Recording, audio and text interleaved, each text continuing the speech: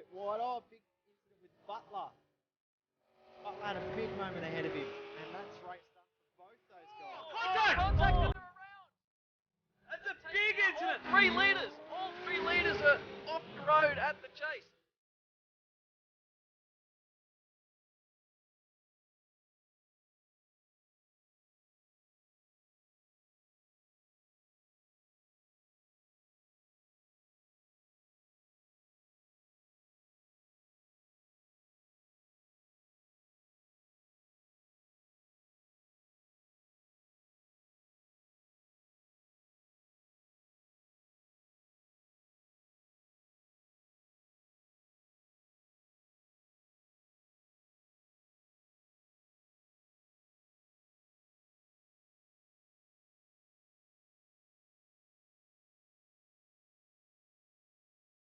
For the next time, Richard Hampstead will win Race the Champion 6 at Mount Panorama Bathurst. But Ruggier heading down in the braking zone from Murray's Corner for the final time. He turns it in, takes a neat and tidy line. He's crossed the start-finish line, takes the win of Race of Champions 7.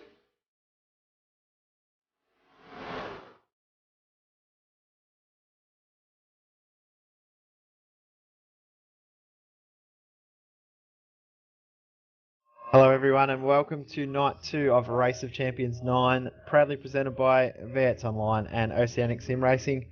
I'm Jay Kennedy here with JD Smith. JD, pleasure to have you on board tonight, mate. Should be a fantastic couple of races. It's going to be absolutely fantastic, Jay. Really excited. One of the best cars on the sim to me, the BMW Z4. These things are packed with power. They drive like a dream. And I just think the competition tonight is going to be so close. We're in for a real treat. Yeah, cannot wait for it. And of course, the newest circuit to iRacing as well, Donington. Very, very fresh. A lot of guys haven't done many laps at all. So it's a whole new challenge for everyone. It is. It really is. It's going to be a nice challenge, a nice meeting point in the middle here. It's going to come down to who can adapt to these new changes. A lot of these guys may have even had more than a couple hours practice time, if that.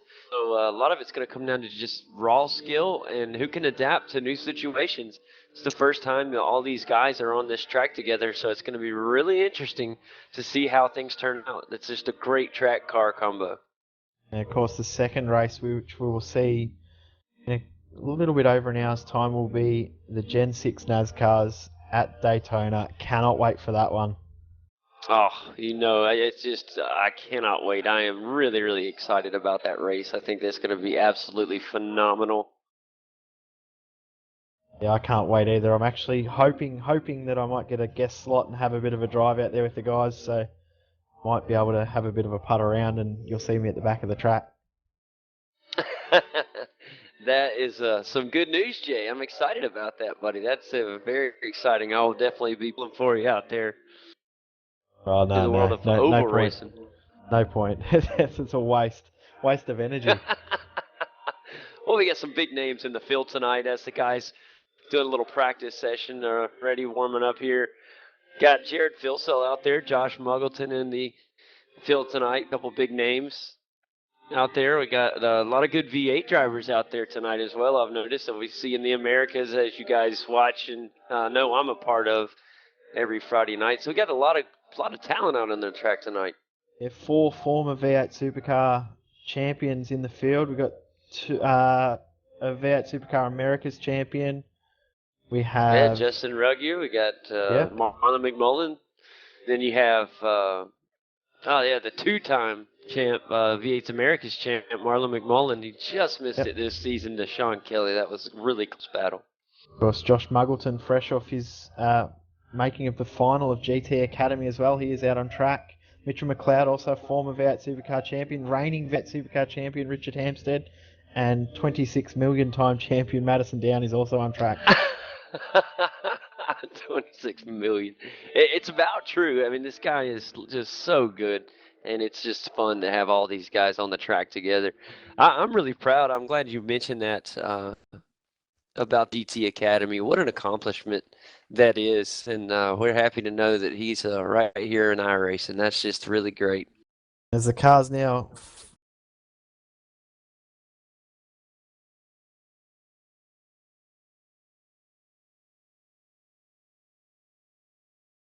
So start of qualifying as all the cars come out of pit lane. Now, of course, tonight we are not just doing this because it's good fun to have all these great guys out on track. We're doing it for a good cause. Previously, we've been supporting the Cancer Council of Australia and the McGrath Foundation. This time around, we're supporting the Kids with Cancer Foundation. Do some great works with families around having kids with cancer and helping them out financially, because I know that would be the hardest thing, is to not be able to afford anything for your kids when you're having trouble with sick kids. So make sure you donate. The link is on the screen, donate.v8online.com.au. Make sure you donate and give a couple of dollars over for a fantastic cause. It's such a good cause, guys. And over the past, these race of champions have helped raise some really great money to a good cause because of you guys, and it's your support that continues to help this grow. I mean, it's pretty cool. This is the 9th race of champions. That's a pretty good thing there, Jay. That's a good thing we have going. It started off as a bit of a fun event for the week 13, and it's sort of developed into something that everyone now wants to win. It's become very, very prestigious title within Australia and New Zealand sim racing. So, we've had a few internationals as well come over and race with us. So it features a lot of guys that are very, very regular to the V8's online audience. That's a very good point, Jay. It does create a new crowd, and I hope that the guys out there watching, and first of all, thank everybody that's watching already. The diehard fans are already watching us live. It's tell us a little bit about last night. I'm unfortunate I got to miss last night. I hated I couldn't watch it, but tell me a little bit, fill us in a little bit on what happened last night, Jay. Yeah, so last night, I actually missed most of the action last night too, unfortunately, but race 1 was... I've had a brain freeze. Justin Ruggier picked up the win in the first race, which was at... Can't remember. How good's Sorry, that? mate. I'm good at throwing people on the spot. You put me on the spot. Thank you. Yeah, Kane knows that. I'm sorry, Jay. I thought that you were let me get with it. Give me 2 seconds and I'll have all the details. Oh, geez, I'm doing well here, aren't I? No, you're good to go. In fact, we'll move on for now. I was just curious because coming in, I wanted to know kind of how the action went last night. I was actually planning on attending the broadcast and had some emergency come up, and I was not able to make it to the commentary booth, and it was highly disappointing. So, guys, I am really thrilled to be here tonight. I think that this is a really great way to put the icing on the cake with this BMW at this brand new Donington. And wow, what a job iRacing has done. It seems like every single piece of new content that they have released lately has just been nothing short of top notch. It just looks fantastic from what I've seen, just a short little time I've drove on it. It feels great, looks great, and I think it's going to provide us with some excellent racing over the next years to come. So I think this Donington track is really a great addition to the iRacing service. We already know what the BMW does, and it's just a great place to be. And then, like Jay mentioned just a moment ago, for those of you that may have missed out on the announcement, after our race here at Donington in the BMW Z4, we will be getting over a little bit closer to where I'm from, over at Daytona, just north of Daytona, just about 5 hours north, and we're going to be going around the oval. So I'm going to be jumping up and down, Jay, and as we have the Gen 6 Ford Fusion out there. Getting ready to do some laps. That is going to be very entertaining with this group of guys we kind of have here. I think it's going to be fantastic. Interesting with the group of guys we have got on track. Not a lot of guys race a lot of ovals. There's some guys to watch. Probably Matthew Barron would be one to watch. Justin Ruggier does do a fair bit. And Simon Black, of course, is looking after it. He would have to be one of my favourites. So they're the guys to watch in the last race. But as we all know, when we watch races at Daytona, anything can happen. Oh yeah, anything. I mean, anything is possible in Daytona. It's such a great race. I mean, you can start from the rear of the field and hang out there for 90% of the race, catch a great run towards the front. You have to be really good to do that, but catch a great run to the front, and then if the field's tight enough, you can be up there and win the race from nowhere. It's a great place. It's always full of action. You're always in danger of the big one. We'll have plenty to talk about that when that race gets here. I'm real excited. I'm Right just trying now, to get. sorry, go JD. Go ahead, Mr. J. I'm just just- trying to get my trading paints to work. I was just about to say Justin Ruggier currently on pole with 5 minutes into this session. Richard Hampstead in second and Bo Cattell in third. Now, I was talking to Bo before the start of this session. He's very, very uncomfortable in this car. Not enjoying the setup very much at all and finding it a lot of oversteer in the slow hairpin corners. Actually, a lot of the guys were complaining about, which is rather interesting, something that guys wouldn't be used to. Yeah, you wouldn't think that. Yeah, very very good point there.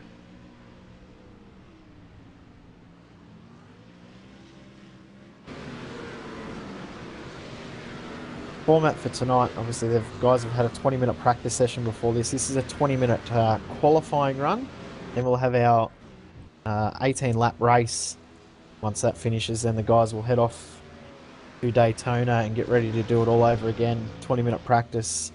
I think it'll be a 5-minute qualifying run, and it will then be a 40-lap race Daytona, which, see if I can get a drive in.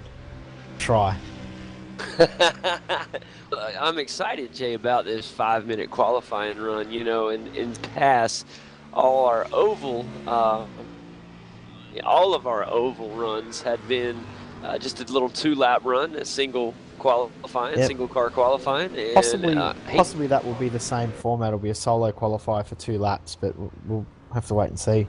Race of Champions always throws in a curveball, so there could be another curveball coming. I love a good curveball, man. I don't hit them all the time, but love to see them. It's really good, man. I tell you, it really is. I love. Ooh, a little spin out through the chicane there. But the cars out there look fantastic on track, Jay. They really do. These guys have. I don't know who's been doing all the painting lately, but man, they have got this stuff looking good. I remember when I first joined iRacing, it wasn't even that long ago, just a little over a year ago. We didn't see paints like this. Not like we have today. These paints are fantastic on these BMWs. I say, like, the guys that race in the V8 Supercar Series, they probably put out some of the nicest looking paints, custom paints, out of any series we see in iRacing. So the guys are pretty good. They're quite skilled at it now. Really, they are. I mean, you look at it, and those VA, I can't wait to see what the new ones are going to look like next season. Every season is so exciting when we get to that first week race because, well, really, it's exciting because first we have it all kicks off with the Race of Champions. To be honest, it's like we get us a new pack of new content, and it's off to the Race of Champions. Then the excitement of the new season starts. It's a great time for sim racing. Yeah, it's going to be a fantastic season coming up to next season. Can't wait for, of course, the V8's Online bringing in the Premier Series as well for the V8 Supercars every second Sunday night, which I know JD and Kane, you're both going to be very, very excited about being involved with. I know I'm excited about it.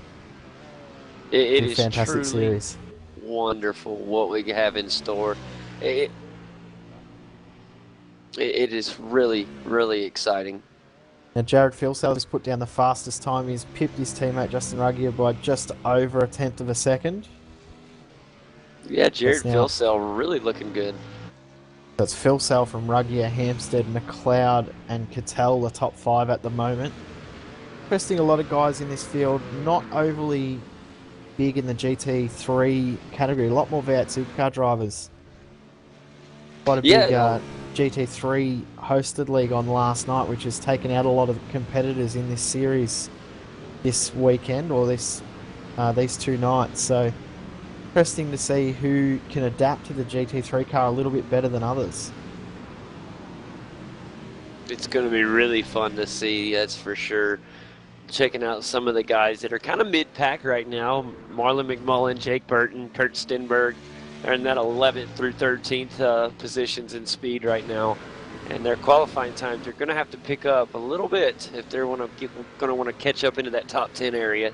Tony Autrich, Madison Down, putting down some fast times right now. 127.44 for Madison Down in 9th. You know he's probably going to hit a faster lap than that, but that's what he's running right now.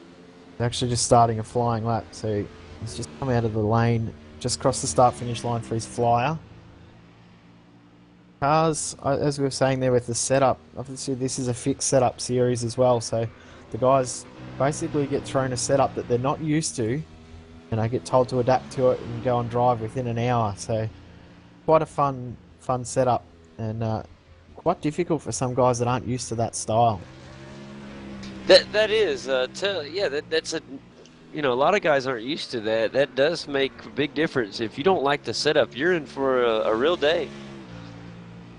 You got to learn how to adjust to it very fast. Most of these drivers run open setups a lot, and they're used to adjusting the car to fit them. And it's vice versa here. You have to adjust the driver to fit the car. Makes for exciting racing.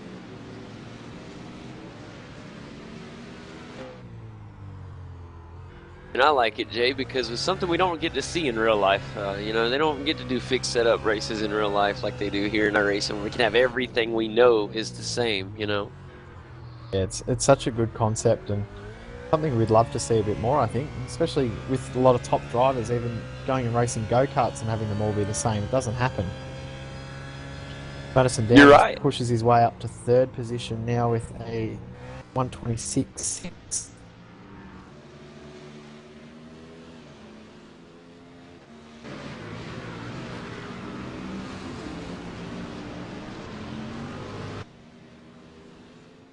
Run through the top 10 as it stands right now. Jarrett Philsell currently pole position, Justin Ramier in second, Madison Down in third, Richard Hampstead in fourth, Mitchell McLeod in fifth, Brody Fell sixth, Muggleton seventh, Dean O'Brien in eighth, Matthew Barron in ninth, and 10th is Tony Aldridge.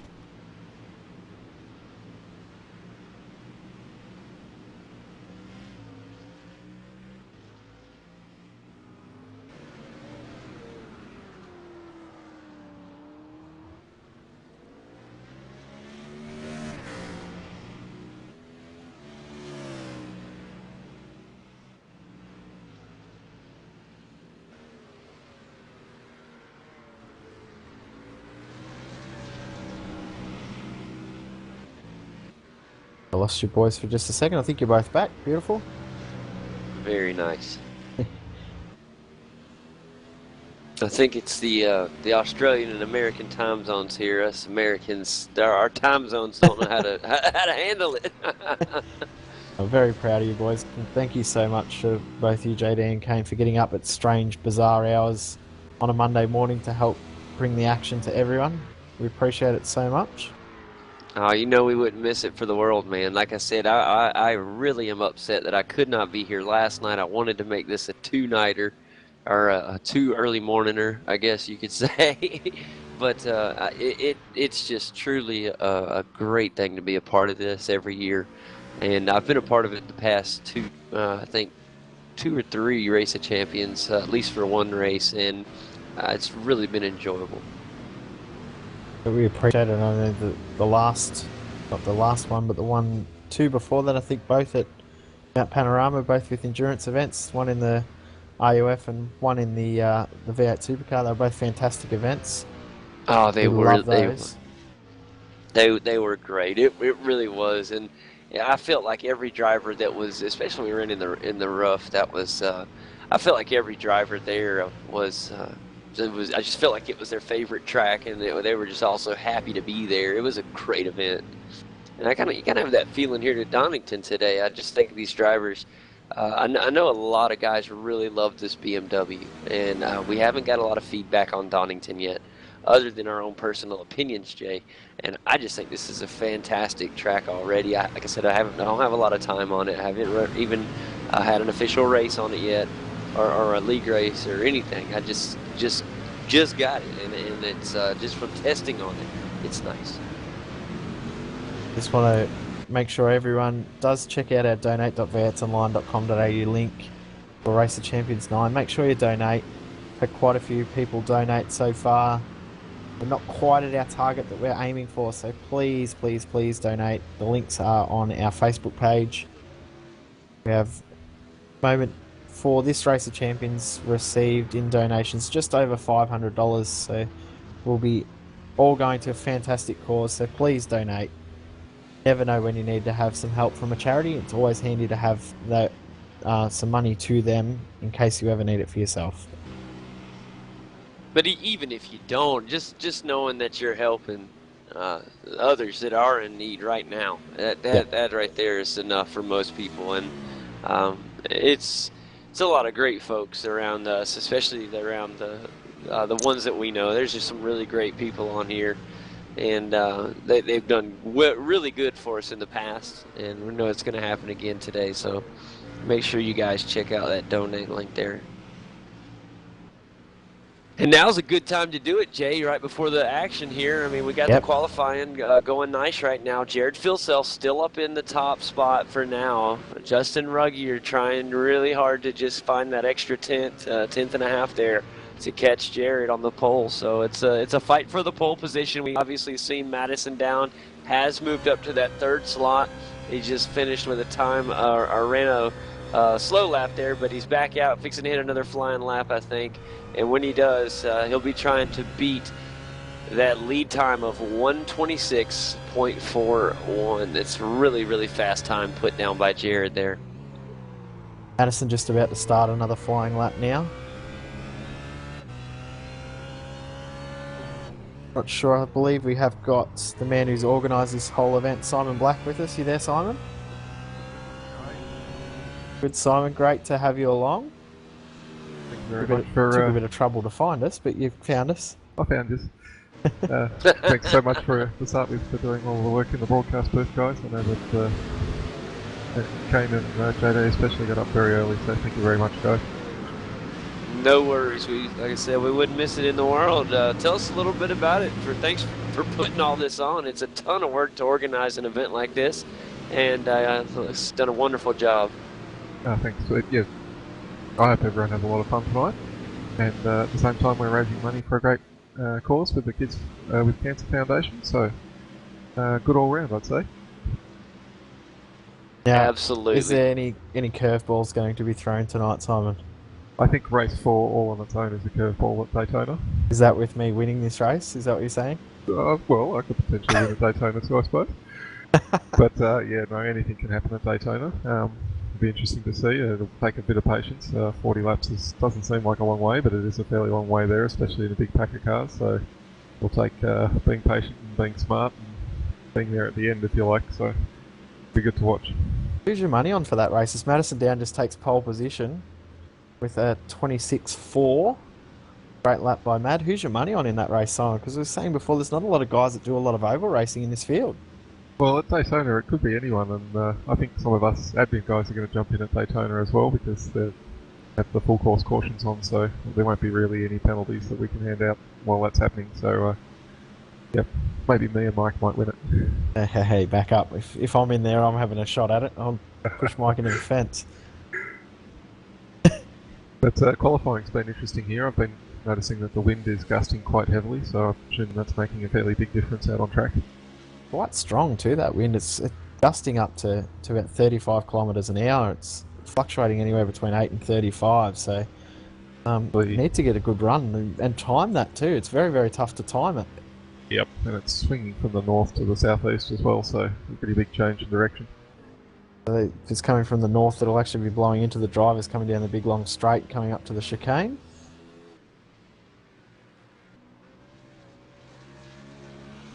Alrighty guys, well I better get back to the officiating.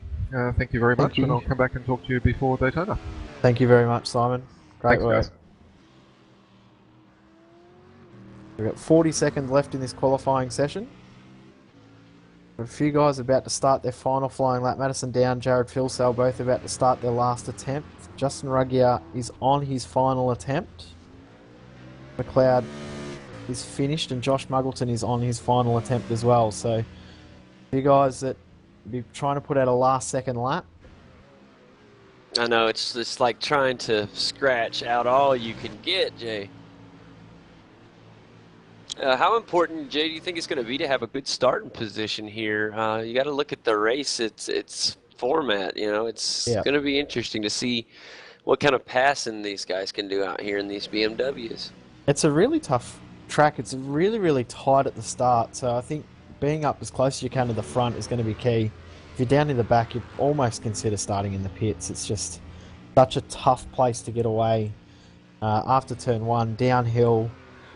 tight with the right-handers, and then the left-handed kink just to throw you all off whack, and then you have to straighten your car up again to go right. But it's not easy to have it too wide, so you don't want to be too bunched up near the start. That's a very good point, and you got to keep the car in good condition to finish the race. You can't get too aggressive too early, but then again, you can't really fall back either with these guys that run these tremendous speeds, and we got some super fast drivers up in this top 10. Looking at that top 10 right now, we got up in the lead position now, Madison down. Now our current pole sitter, let's see if that sticks. Jared Philsell, second place. Justin Rugg here, third. Fourth, Mitchell McLeod. Dean O'Brien, fifth. Jared Philsell almost pips Madison at the checkered flag.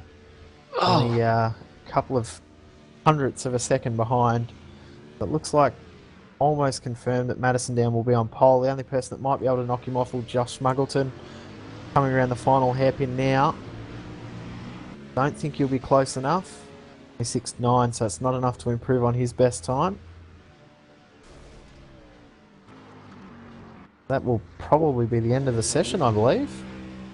Yeah, it looks like that is going to be it, and this is how our starting grid will line up tonight. It will be Madison Down tonight on the pole in our Race of Champions 9 event here at Donington. In second, it will be Jared Philsell on the outside of row 1. Justin Ruggier starting third. Fourth will be Mitchell McLeod. Dean O'Brien fifth. Josh Muggleton sixth. Richard Hamstead will be starting seventh. Bo Cattell eighth. Ninth will belong to Jake Burton, and rounding out your top 10, Tony Ottridge. 11th will be Damien Butler. Matthew Barron will be starting in 12th position. Marlon McMullen from 13th. Guy Leach in 14th. Michael Fabian in 15th position. Kurt Stenberg 16th. Clayton Brooks in 17th. Martin Carroll in 18th. Josh Burden in 19th. And Nick Rainbird in 20th position. And the last driver on the grid will be 21st, Chris Brooks. Yeah, it's going to be awesome there. You got Chris Brooks. Well, remember, he started in the last position. It'll be fun to see how he ends up. I always like to look at who's in the back here. As the cars are on the grid getting ready for the start of this race, I'm getting excited, buddy. We're getting fired up. Me too. I'm getting keen. It's going to be a great race, and that race to the first turn will be awesome. Oh, this is going to be just so crucial. It's going to be so important. This first turn is going to tell us a lot about what we have to see here.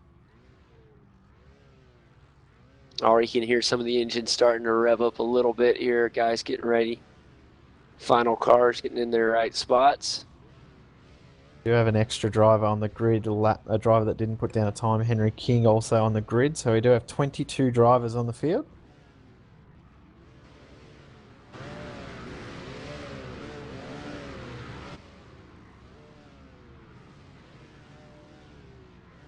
About ready to go. About 10 seconds till the lights will go green.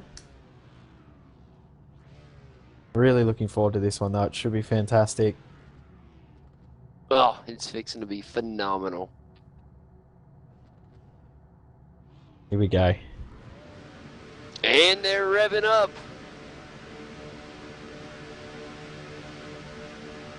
Green, green, green. Green flag is in the air. The lights are on. Let's go racing, boys, here at Donington in the BMW. It's the Race of Champions 9. Let's go, buddy. Mitchell McLeod got a great start, but unfortunately couldn't quite get around. And Mitchell McLeod goes around. Big spin. Dean O'Brien involved. Woo. Not sure and while who else that's was going involved. on, while all that's going on, Madison Down jumps out to a very nice start. Jared Philsell is in the second position, and or excuse me, I apologize. Justin Ruggier has passed Jared Philsell, and so that's interesting. We'll check back in with Jay and find out exactly what happened with that incident. Yeah, at the start it was a squeeze too wide after the good jump Mitchell McLeod had, and then it was Dean O'Brien. And Mitchell McLeod goes around again. Not sure who was involved there, but yeah, McLeod and O'Brien, and then also Richard Hamstead, who is actually leading the overall points at the moment. He's now back in 18th position. It's really thrown open this Race of Champions now. A tough break there for Mitchell McLeod. He spins again there. He's having to rejoin. 3 wide at Donington. That was really close. I thought we might have another incident there, as it was Dean O'Brien. He Whoa.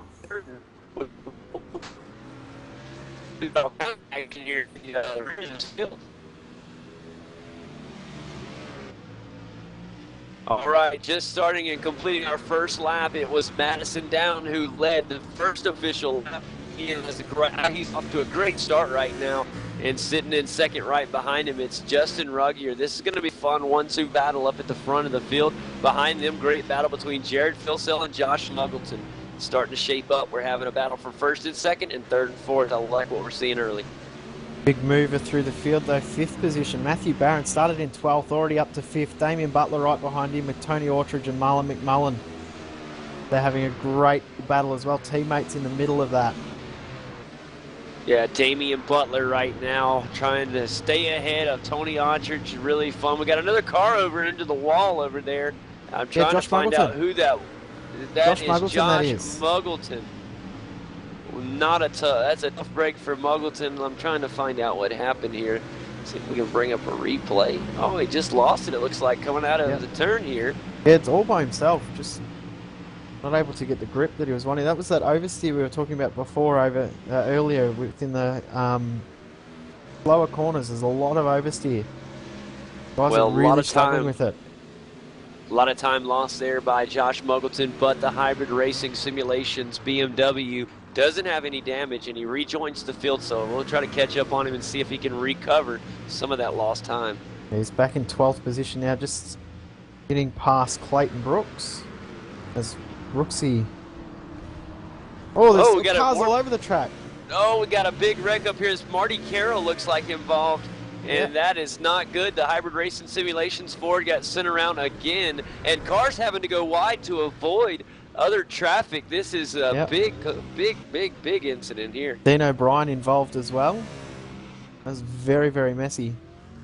Dean O'Brien getting the car back going, but he's going to take it down pit road to get some of the damages repaired there, Jay. Boy, that was not pretty. Well, we're on lap number 3, and Justin Ruggier still trying to catch up to Madison Down. He's about a half a second behind Madison right now, just staying calm, and we're going to have to keep a focus on these two, because I got a feeling this thing's just heating up. Jared Filsell back there in that 3rd position. He doesn't have that battle, obviously, but we have a good one with Matthew Barron and Damian Butler.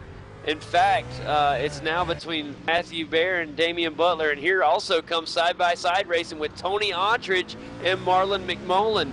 Marlon McMullen trying to make the move on Tony Autridge through the turn, just doesn't have quite enough room to pass. And now the gap actually between 1st and 2nd has dropped. He's now down to 0.3 of a second. You see how close now Justin Ruggier is closed up to Madison Down.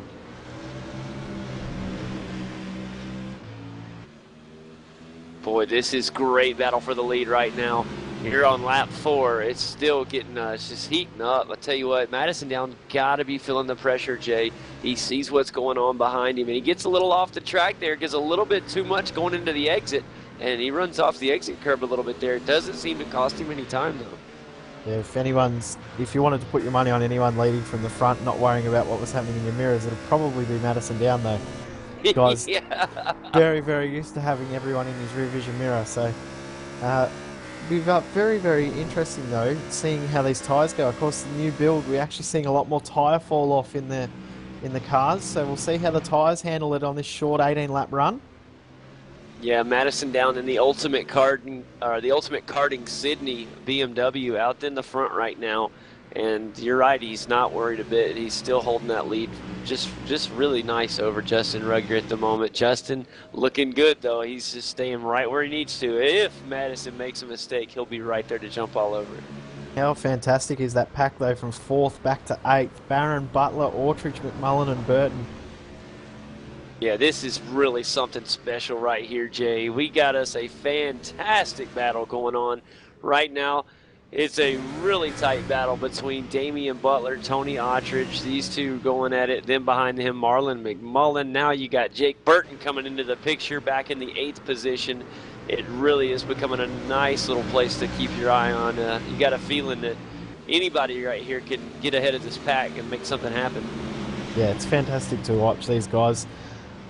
They're doing a great job. I know Matthew Barron, he was talking to me earlier. He has done about 5 laps of practice on this track. He bought the track about 20 minutes before we went into the practice. So to be out there at 4th position, that's a pretty fantastic effort. Not a lot of these other guys would have been out there almost all week, probably practicing in the V8 supercar as opposed to the BMW, but been out there a lot longer than what these other guys are. Matthew Barron just loaded with talent. Oh, we got us a little spin there. It's not a full spin around. Looked like it was Tony Attridge. Actually, I apologize. That was Marlon McMullen. I do apologize. Marlon McMullen. Yep. Little bit of a spin there. Got the car loose. Didn't go completely around, so he's okay. But tell you what, he did lose that time. That's going to be hard to make back up. Yep. And speaking of time lost as well, there's a big gap now between Madison Down and Justin Ruggier. There's 2.5 second gap. Wow, that is a big gap. In fact, that actually makes you really wonder about Jared Filsell. Can he catch Justin Ruggier now? He's still got a lot of time in between him as well, but just makes you wonder. The last lap by 1.5 second loss from Down to Ruggier, 26.9 for Down and a 28.5 for Ruggier. Oh. So he's made a bit of a mistake there, I'm guessing. Right now, Clayton Brooks trying to catch the Moo Cow BMW of Nick Rainberg. And Rainey doing a good job right now of holding this gap. This is the battle for 10th place. So right now, Clayton Brooks would love to crack into this top 10. And it's a good 2-car battle in place. Another good battle on the track is just take your attention back to this pack between 4 and 8 again. But there's one that's really particularly starting to heat up. It's between Jake Burton and Damian Butler. They're starting to get a really good 2-car battle going on amongst these 4. And Barron's almost broken away from Attridge. It's out to almost a second there, that gap. But yeah, Burton's really, really hassling Butler, trying to let him know he's there and get a move done. Jake Butler trying to make the pass happen on the Hybrid Racing Simulations BMW of Damian Butler, and a beautiful coat of paint there on that Hybrid Racing Simulations machine. And I tell you what, a good job right there of Damian to hold his ground. He's actually starting to break away from Jake a little bit here. Not by much. He's trying to catch back up there to Tony Attridge. We all know Tony Attridge is your final car in the top 5. So it's a big position battle in between. If Damian Butler can get up there, that's a top 5 position he's battling for. That's what you want. Tell you what, Jay, it's been a great race so far. Madison Down really starting to run away with this thing. We're going to have to keep an eye on what's going on with him up at the front. He's been known to run away with a race like this. Yeah, he's doing very, very well. It's now out to 2.1 seconds, and the last lap by, you look at the lap times between Down and Ruggier, they're almost identical, both at 27.1. So wow. Nothing between these guys. Filsell's dropped off a little bit in 3rd position, last lap by 27.5. And Barron, Attridge, although Attridge has actually caught back up again. I was saying before that Barron may have broken Attridge away, but Attridge has followed and they've broken away from Butler and Burton a little. You know, it's funny that you said that, because I was just about to say the same thing, and the next thing I know, here comes Tony Attridge chipping away at this lead. Oh, the battle is continuing between Jake Burton and Damian Butler. These two still going at it. And it's just been fun to watch. Now maybe Damian Butler, every time I think he's about to break away, Jake Butler reels him back in. So kind of a lot of action here in the mid to front pack in this top 10. A lot of good close battles. Looking at some of the cars and a little bit further back. Remember, we saw Marty Carroll spin out a little bit earlier, the Simpit BMW. Back in 16th at the moment, checking on Josh Muggleton. Remember his spin out. He is currently in the 18th position, so we'll have to keep an eye on him and see if he can rebound in the Hybrid Racing Simulations Beamer. Now, towards the end of that last lap, Justin Ruggier has actually lost another 0.8 of a second, so he's now out to 3.5 seconds behind Madison Down. Very, very tough to catch that back now, although they're still almost at half race distance. There'll be 10 laps to go and they're across the line now. You know, there's a car in the top 10 that we just have not mentioned enough. It's Kurt Stenberg in the 9th position. He doesn't have a lot of action around him. May have been why we haven't mentioned him yet. But right now, Kurt Stenberg holding 9th position down. He's got lap times of 127.99, just under that 128 mark. So he's holding his own. Okay, look behind him, checking on Nick Rainbird. Now remember, Nick was moving and grooving just a little bit earlier, but his last lap time in the Mad Cow BMW was 128.6, so quite slower back there for 10th place Nick Rainbird. Makes Kurt Stenberg seem a lot safer right now. And Clayton Brooks exactly the same time behind us. Rainbird all over the track. Brooks is going to have to try to go to the outside, but last time Brooks did this, he actually nearly went straight ahead. Oh, it's a great... Oh, and we got contact. That's going to spin around the Mad Cow machine. And that is bad news right there for Nick Rainberg in the Mad Cow Motorsport BMW. That is going to benefit the management of BMW of Clayton Brooks. Oh, just watched it again. That is crucial. Great battle right there. So big jump there for Clayton Brooks. Clayton, who was in 10th, is holding his own. He's got a close battle on his hands right now. It's going to be between him and Mitchell McLeod. Mitch McLeod right on the bumper. This is going to get real close. That Tag Pest Management machine has got to hold on because he has literally got a bumper tapping him if he's not careful. They are just, you almost could put paper between those two. There he goes, side by side. We're door handle to door handle, ladies and gentlemen, going into the turn. And right now it looks like it's going to be McLeod who has the advantage. He will make the pass for position again, and this time it does stick. So it looks like he'll hold down that position. No, he won't. No, Brooks has still got it. McLeod will be up the inside into Melbourne hairpin. And oh, this time he's got the inside advantage, Jay, and he'll take advantage, and he just jumped all over that Tag Pest Management machine, and now it is going to be Mitch McLeod who will take the lead over this two-car battle. Just looking back up the front, the gap between first and second has closed again. It's back into 2.5 seconds. So 2.3 seconds now, so Dan may have made a bit of a mistake. I tell you what, Justin Ruggier, you cannot give him room like that. I know Madison's got over a 2.5 second lead, but we still got plenty of time in this race.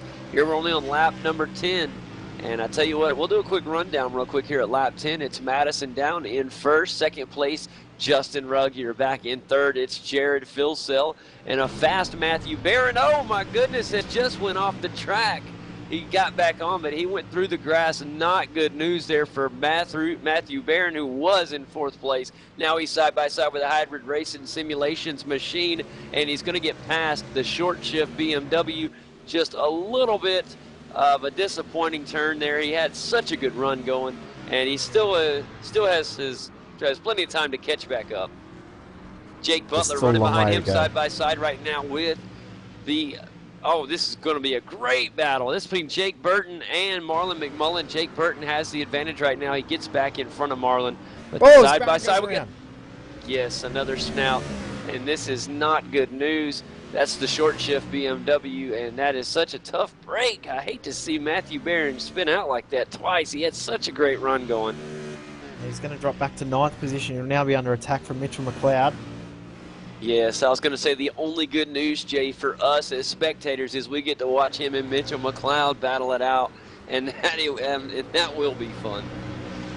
You have to excuse me, buddy. It's a little early in the morning, so if I start talking nonsense, just say coffee, and then I'll take a swallow and be back to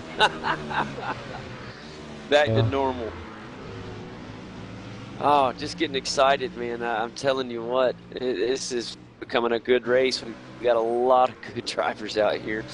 Once again, guys, as we're kind of in the midway point here, I want to mention about the donations. Jay, you want to tell them a little bit about that? You're really good at explaining it. Yeah, so donate.v8online.com.au to donate to a fantastic cause, the Kids with Cancer Foundation. Do some great work in helping families who need some money while their kids have cancer and getting cancer treatment. So really, really fantastic cause. At the moment, we're sitting on just over $550. We would love a lot more money to help out. then please donate. Head to the link that is on your screen, donate.v8online.com.au, and in saying that, just see a few more donations have just come through. It is now up to $646. So thank you so very much, and thank you to Warren Lewis, who has just given $105. Thank you so much. Wow, say that again? Yeah, $105 he just donated, so thank you. Yeah, thank you very much. That's definitely a generous donation. And it is very much appreciated. There's 7 laps to go now in this race. We are coming down to towards the end of a fantastic battle that is now, it's actually spread back out at the front again. Madison now back out to 2.6 seconds. Phil Sell, though, has closed back up to Ruggier. They're playing with you, man. Yeah, I They're know. playing As with soon you. as I talk about it, it's all on again. I think they got the broadcast on the side computer or something on it. Exactly. Well, I started to do a rundown, and we had some action, so I'll continue where I left off. We were at 5th place, but things have changed a little bit, so I'll jump back to 4th, where things have changed. Tony Autrich now in the 4th position. Damian Butler is in 5th. Marlon McMullen now currently in 6th position, but not for long. If Jake Burton has anything to say about it, he's in 7th and really close. Great battle. Back in 8th, it's Kurt Stenberg. And then back in 9th, it's Matthew Barron. He's got well, excuse me, I apologize. Matthew Barron has been passed by Mitchell McLeod, so that will put Matty Barron in 10th place. Back in 11th, it is Clayton Brooks. 12th is Nick Rainberg. Guy Leach back in 13th. 14th, Joshua Burden. Marty Carroll, 15th. Good close battle with these two back here for 14th. Chris Brooks in 16th position. 17th, Richard Hampstead. In a close battle with Josh Muggleton here in the battle for 17th. Two great names back in the back of the field, Jay. Henry King in 19th. And rounding out the top 20, Michael Fabian. Go ahead, buddy. Sorry, I didn't mean to lead you in and then cut you off. Hampstead and Muggleton, obviously in a normal situation where they're dropped way back in the field, you'd see them come up through the field and gain quite a lot of spots, but very tough to do with every driver in the field being fantastic as well. It is. It is fun. It's such a great. I don't think a lot of the people, if they don't, a lot of the viewers know a lot of these drivers and they understand the amount of talent that's out here on this track. But those of you that may not know a lot of these drivers, these guys are extremely talented. This is some of iRacing's best right here in front of you today. I mean, this is it. Not just Australia's best, this is iRacing's best. Like Australia, luckily, Australia and New Zealand luckily have some of the best sim racing talent in the world. So a lot of the guys that are the best of the best in the world are on show here in Muggleton. Yes, Josh Muggleton spins out. The Beamer had to go for a crooked ride. The Hybrid Racing Simulations BMW has went spinning. Now he's got a little bit of company. That's Henry King, or excuse me, I apologize. That's Michael Fabian there in the Mad Cow BMW. How nice are those cows? How fantastic are those liveries? I love them. We have one in the V8's America Series, and the first time I saw it, I just said, "Moo cow car, love it." There will be a few cows featuring it in the Premier Series, as well as I think almost every driver that is in this race tonight you will see out there in the Premier Series. So really can't wait for it. A lot of big names returning to the V8 Supercar that haven't raced it for forever, who will be out there racing in the V8 Supercar. Tell you what. Wait till you see some livery announcements, JD, because I know you'll have a very good laugh at quite a few liveries when they come out. There are some fantastic ones coming in. Oh, you know me. I get overly excited on liveries. I mean, I guess that's part of me in the whole oval racing thing. I love paint, new paint. You know, in ovals we call them paint schemes, and when they come out, it's just, I love it. I don't know. I get overexcited about the silliest things, and but there's something cool about a fresh season, a fresh livery on the car, a new coat of paint. A statement is being made, and I love it. I love some of these things. Some of these guys come up with just some of the best ideas ever. They're just amazing. And the Moo Cow car is definitely one of my favorites. Yeah, we'll see. There was some brown and black cows in the Premier Series, so you'll see some different coloured ones. Uh-oh. Yeah, man. Looks like Jake Burton's a black Angus cow in the all-black BMW out there. Jake might get mad if I call his car a cow. He's currently riding in 7th and no traffic at all. He was battling for quite some time with Marlon McMullen, but Marlon has run away with that battle. So Marlon comfortably in 6th at the moment. We'll kind of see how that develops over time. Now, we did mention earlier, Jay, about the Madison Down Justin Ruggier battle has really got on hold as Madison Down is running away with it. On the contrary here, we have Justin Ruggier now with a battle with Jared Filsell. So this is really getting close. These two, this battle for second is going to be something to watch here. We're going to want to keep an eye on it. I don't think there'll be too much of a fight, though, between these guys because they are teammates and Justin is right up there in the points for winning overall. But I'm not sure how the points are going to work out after this race. I think it will be very close. We might even see Madison Down in the lead. But I'll double check and do my sums quickly. Yeah, I was about to say, that is a good point that I didn't think about. When I think racing, I just think go, go, go, go, go. And you're absolutely right. Boy, race is running away in a hurry. It's already lap 16, so things winding down. Yeah, this will put Madison Down in the lead overall. Justin Ruggier will more than likely be second.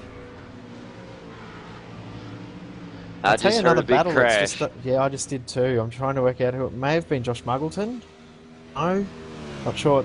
Great battle heating up is Clayton Brooks and Nick Rainbird. Yeah, fun battle between those two right now.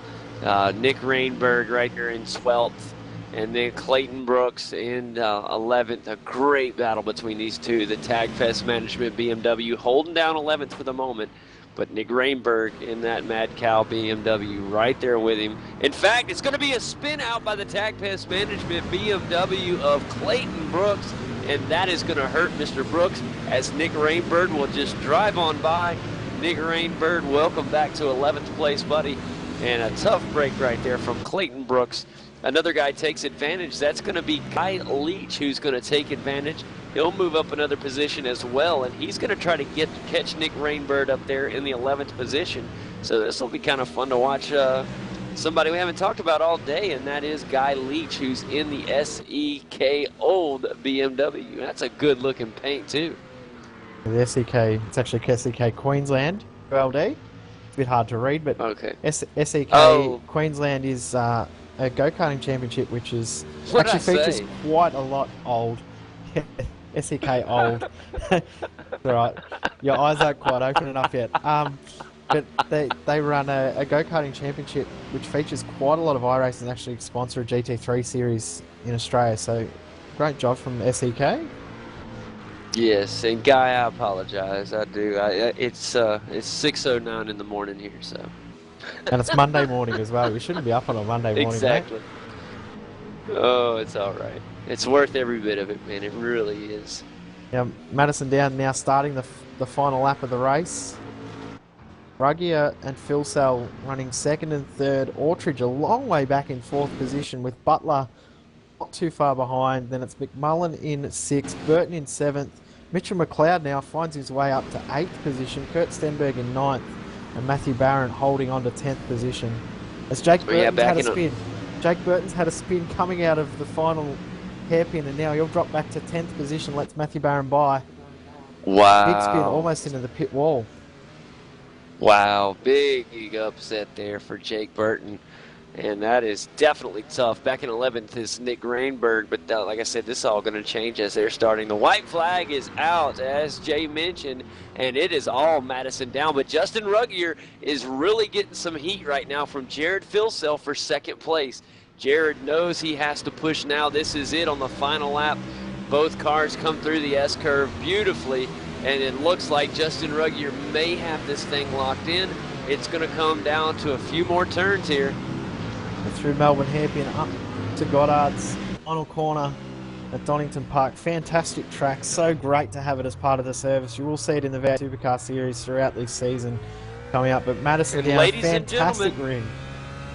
There it is, ladies and gentlemen, winner of our race here at Donington, Madison Down. Great drive. Coming Justin Ruggie will pick up second and Jared Filsell in third. Yeah, Good Tony solid Autry's going to drive. come around in fourth. So Tony Autry able to come across in fourth place. Back in fifth, it's Damian Butler who rounds out our top 5 spots.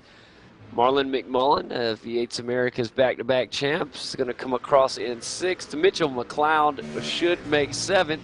It's a good 2-car. It'll be Kurt Stenberg in eighth, and Matthew Barron will get ninth, and Jake Burton will hold on to a top 10 just in front of Nick Rainbird. Really? No, he won't. Burton's dropped back, so Rainbird will get 10.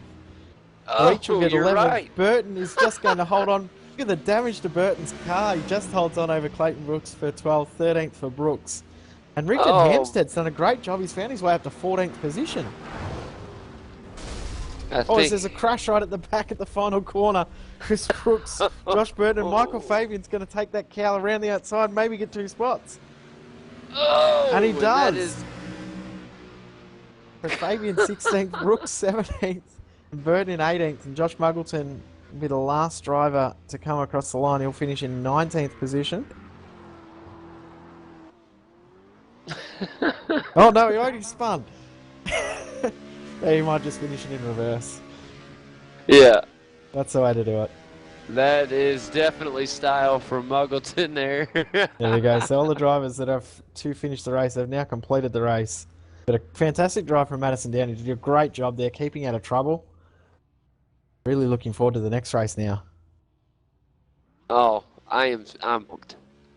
I am pumped. That was actually a great race. It really was. We saw our pole sitter just completely dominate all day here. He took care of business, and that's what Madison Down does. You mentioned this win right here should have him comfortably in the lead now, right? Yeah, I believe so. As comfortable as you can get. Yeah, I believe so. We'll quickly run through those results again, and I might step out of the box and Daniel Bryant will come and join you. But Madison Down picks up the win. Justin Ruggier in second. Jared Filsell third. Tony Autry in fourth. Damian Butler, great drive, in fifth. Marlon McMullen sixth. Mitchell McLeod in seventh. Kurt Stenberg eighth. Matthew Barron ninth. And Nick Rainbird in 10th position. And then we got to look back to 11th, where Guy Leach finished. In 12th, it was Jake Burton, who finished without a hood. Clayton Brooks finished 13th, with Richard Hampstead finishing 14th. In the 15th spot, it was Marty Carroll with Michael Fabian in 16th. Chris Brooks 17th. Joshua Burton finished 18th. 19th went to Josh Muggleton. And that was an incredible finish, by the way, in reverse there for Josh Muggleton. And then it went Henry King. Is that right? Yep, that is right. Rounds out the top 20. Yeah, you can finish it out, buddy. I don't want to say it wrong. And we wait for the next race to get underway. Yes. As I said, I'm going to step out of the box and jump in the car. Jay, we'll be looking forward to seeing you on the track, buddy. And I tell you what, enjoyed calling the race with you. That was really fun. I know that it was quite entertaining with me being half awake there, but this race got me going. I'm excited. Yeah, and you're back in your element for the next one, I'll tell you now. So the curveball isn't Jay Kennedy racing. That is correct. That is the curveball that's being thrown tonight. Mate, you know these cars have 450 horsepower. That's probably about 1,300 donkey. I miss you, Daniel. I miss you. That's pretty good, buddy. Welcome to the show, Daniel. Glad to have you here. Yeah, it's going to be fantastic to be here. Fun to be in the box and fun to be able to laugh at Jay trying to race around the track. You won't be saying laugh later, mate. I'm excited. I think it's going to be all we're going to be doing. What, laughing at me? Yeah. Thanks. I feel the love. Well, at least Brooksy will have someone to beat. I do want... I'm going to have to stay in the commentary box while I'm racing just to listen to Daniel bag me out, I think. I do have to say thank you again to Kane Kraft, who's a good partner of mine, and he's done a great job taking care of all our visuals and pretty much being the director of this show. So want to give him a shout out there. He hadn't said a word, but he's taking care of business. So, but Jay, Doing a great that was job, and we fun, man. appreciate it so much. And That tell was you good what, fun. I did love that race, but I'm really looking forward to this one a bit more, I must say. I have to say I'm right there with you, man. I'm excited. I mean, we get to see some of the best road racers in the sim racing world, and see them jump into some oval cars and take it around. The best, the home of oval racing, or we'll say the birthplace of speed. How about that, Daytona? And, Oh, we do and have an interview. Let's see. Ready for interview. I don't know if I can bring him in like I normally do, so somebody will bring him in. yeah. Marlon McMullen, guys, has come in to have a chat with us. So, Marlon, welcome to the show, buddy. We're happy to have you here. G'day everyone, how are we? I'm great, mate. I'm Fantastic. great. You ready to see me on track? That is the next question. Oh, I'm a little bit nervous, I think like most of the fielders, but we'll see how you go, mate. Hey, everyone needs to remember my last effort in a race of champions. No, we don't need to bring it up. But you know I'm just as bad as an oval driver. What are you trying to say? You're surrounded by oval drivers. You shouldn't say too much. No, I think I'll elect to start from the pits from the next one. I'm not too good on the oval races, but yeah. Well, it's going to be fun. I'm excited to see Marlon in the oval race. It's going to be real fun. I think it's going to be real interesting. Like I said, we have some of the best road racers coming over and trying their hands at oval racing. And I want to know, as a road racer, what is something that will help benefit you in this Daytona race, Marlon? Probably your survival skills, probably one of the highest things. I'm not joking there, because as you Yeah. probably saw in the last two races, I mean, if you can just stay out of the carnage and when the yellow flags come out, I don't know how long a yellow flag stays out for, but I presume there may be a couple of races, and hopefully we don't finish under yellow tonight. But if we do, you know what I mean? That's how you're going to get a few positions, people crashing out. Absolutely. Well, the interesting thing is what's going to happen under that yellow. You're going to see guys in the back of the field where it really is a track that doesn't have too much tire fall off to begin with. Really not going to play a part, as I don't think it will. But with those cautions coming out, we're going to have at least one or two, and because Jay's going to be out there, so. But you're going to have these cautions come out, and the guys that are in the back of the field, you have to expect them to go in and try to get fresh tires to get some kind of advantage on you boys up front. So it's going to make for a real interesting race. I'm excited. Yeah, most definitely. There should be many different elements that could play out in this race. I mean, the first thing's just getting your car to the end. I mean, we all know how hard that is around a oval track, especially with 20 something odd of the best road guys in the world. I mean, we're not the 20 of the best oval guys in the world, so yeah, we'll see how we go tonight. Yeah, it's going to be really a true pleasure to watch. That's for sure. I'm excited. And we'll be heading over that way real soon. But tell us a little bit about the race we were just involved in, Marlon. We got to watch you there. You were in quite a few battles there for a long time there. Tell us a little bit about that heated race at Donington. Yeah, I didn't really have the best qualifying. I sort of mucked up the chicane a couple of times, and as I was stressing a little bit earlier, I was having a little bit of trouble getting the car around the last hairpin without spinning it. But I got through it in the end, and yeah, qualified 13th, and got through the start like yesterday, and was ended up like 6th or 8th or something. And yeah, everyone's just slowly started the drop off, and we developed into a really good battle. Tony Ortridge, Jake Mitchell, and I think it was Damien Butler as well. And yeah, it was a really, really good battle, and Jake got a slow down, and I pounced on him, and yeah, we just battled it hammer and tong to the end, and I was really, really trying to catch Damien. I was really putting in some consistent clean laps at the end as I started to click with the car, but unfortunately just ran out of laps. Fantastic. Fantastic, Marlon. I tell you what, I'm really excited to see what you have coming into this oval race. It's going to be fun to see you in my element up there. I love my oval racing, buddy. It's no secret. And I'm going to be excited to see all you guys because I get to watch y'all a lot in the V8s, and it's going to be fun to see what you do in the ovals. Just don't expect anything too spectacular, or maybe you should expect something spectacular. I don't know. Depends on what you call spectacular. Just run through the standings overall. Madison Yeah. Down now has a 45-point lead over Justin Ruggier. Then Richard Hampstead, Tony Autridge, and Jared Filsell the top 5. So it's still really anyone's title list. It really is, and we look at Richard Hampstead fell 2 spots there to fall from first to third in this race. So, but he's still in striking distance, Jay, and you got to think that, like you said, anybody in this top 5 really has a shot at this thing. So it's going to come down to a really fun oval race. What a way to finish out this bad boy. Not going to be long. We'll expect the big one. Oh, you know As it's long going as to happen. I'm not in it. As long as I'm not in it, I don't care. We're going to hide, are we, Jay? Jay, you gotta back, Simon. Jay, they say the safest place is the back of the field. So No, I'm up the front, mate. I'll be up the front. Oh, okay. Well, the front's the second safest, I guess. Right at the very front's the safest spot. Hey, we that's also right. got Simon Black, who's come in to join us again. Hello again, Simon. G'day, guys. How you going? Very good. We have an enjoyable race at Donington there. That was fantastic. Absolutely fantastic. Absolutely loved it. It was great. Like they got spread out a little bit there, but there was lots of little battle groups all through the field. It was good to watch. There was some really good racing going on throughout the field. I think the setup sort of threw a few curveballs that guys weren't expecting. Yeah. I think probably the biggest thing that I noticed from watching in the booth was that quite a few spins, so maybe not a lot of people drive with the traction control turned off. There was very uncharacteristic spins from drivers. You just would not expect it. So that was sort of what surprised me a bit about that race. Well, Daytona should be an interesting one. I don't know if you guys have tested on the set, but it's the iRacing Daytona setup, but it's only got 45 litres of fuel in it. Oh, thank you, Simon. That was just what I wanted to hear. There will be a pit stop required.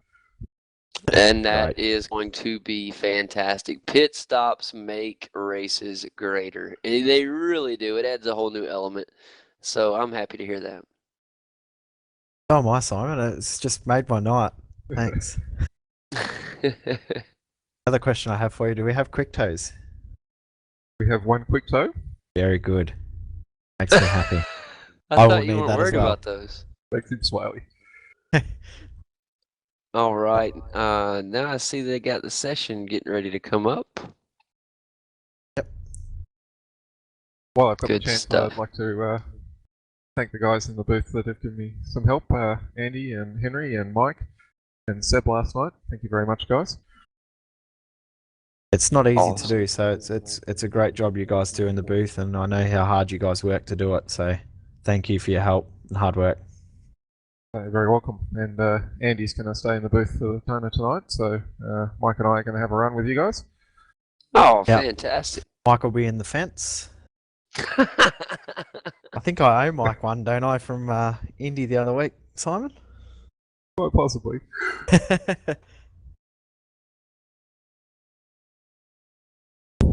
Alrighty, well I might go back to the race room and I'll catch you guys afterwards. Good luck, Simon. Absolutely, Thanks, Simon. guys. Thanks for stopping by and having a word with us, and we'll have to hear from you about this next race. It'll be fun to talk about it after the race, that's for sure.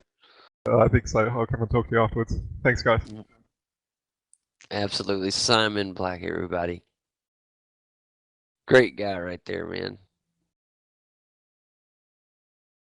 Now, Daniel, I'm disappointed. I've been in a session for over a minute and you haven't picked on me yet, so... Really? I'm actually just loading up now. Oh, it's not far away. No, you wait. They're all sitting there. They're all slowly coming back. It's been a long time since I've just had to spend an hour just bragging out on you, Jay. So we'll see how we go. See what ones we can come up with. I'm sure JD's got a few good Mexican jokes that he can throw in to the mix.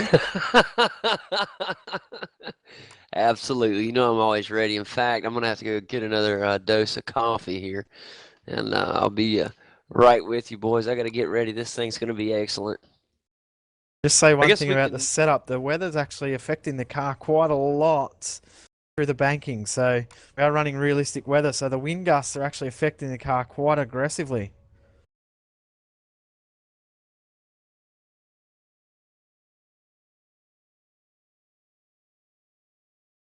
You should actually do half decent here, in all seriousness, Jay. You've spent enough time on the ovals. I do spend a bit of time racing ovals, so I do love turning left.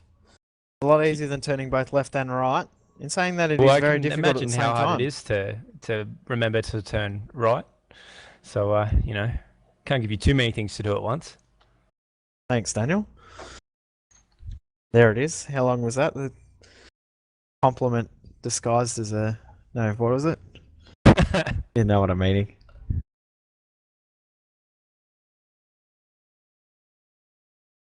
I think this will actually be a lot more difficult than guys are going to be expecting. I think for a lot of guys that haven't raced on ovals, I'm sure it's not the first time we've done an oval race for Race of Champions. But Been a long time. Yeah, it's been a while. And a lot of these guys probably don't even look at the oval stuff at all. There's a few guys out there that are oval regulars.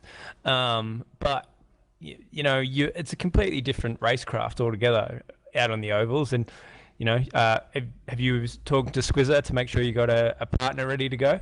No, I'm about to go and talk to him now, so I'll wait for JD to come back, and then I'll go and have a talk to him, and then I'll come back in and chat with you boys during the race.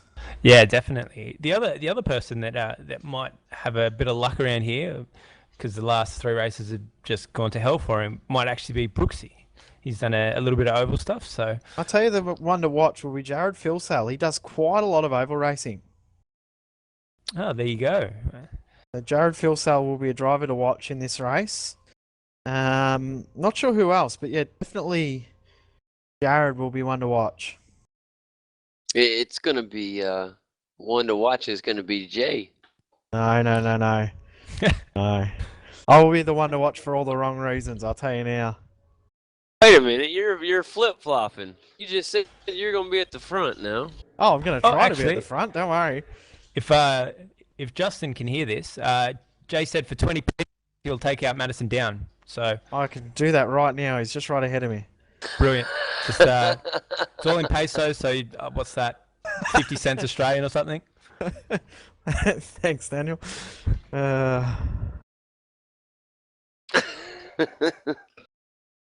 Buys him a few extra carrots to feed the donkey for the week. Thanks. Wouldn't be a Race of Champions. Wouldn't be a commentary without you picking on me. It's not very often I get to pick on you anymore. Got to bottle it all up inside. It doesn't work good for me emotionally. Spent the last few weeks talking to counsellors about that. It's very hard to deal with. It's not long until Bathurst, eh? Not long till the 1000. No, not long at all. So it's always good fun. Make sure you say hello to us if you do come to the 1000. JD and Kane, we can't wait for you boys to come over. It'll be 2015, and Kane and me will be right there with you boys. Beautiful. I'm going to have to go then next year. I wasn't planning on it, but I will now. Yeah, we've already said we've already officially said we were going to go. I've already looked up some prices and what it's going to cost. It's not going to be cheap, but it's going to be fun. No, it's not going to be cheap. It's going to be real expensive. A lot of ham sandwiches, but it'll be worth it. Tell you what, man, that's going to be just really, really an incredible trip. Anyone that is watching that will be going to the Bathurst 1000, make sure you say hello. We will have a simulator set up somewhere in town, so make sure you pop in and say hello. Yeah, definitely. We'll find a spot, put it down. I think we might get a couple there this year, so we can have some battles, huh?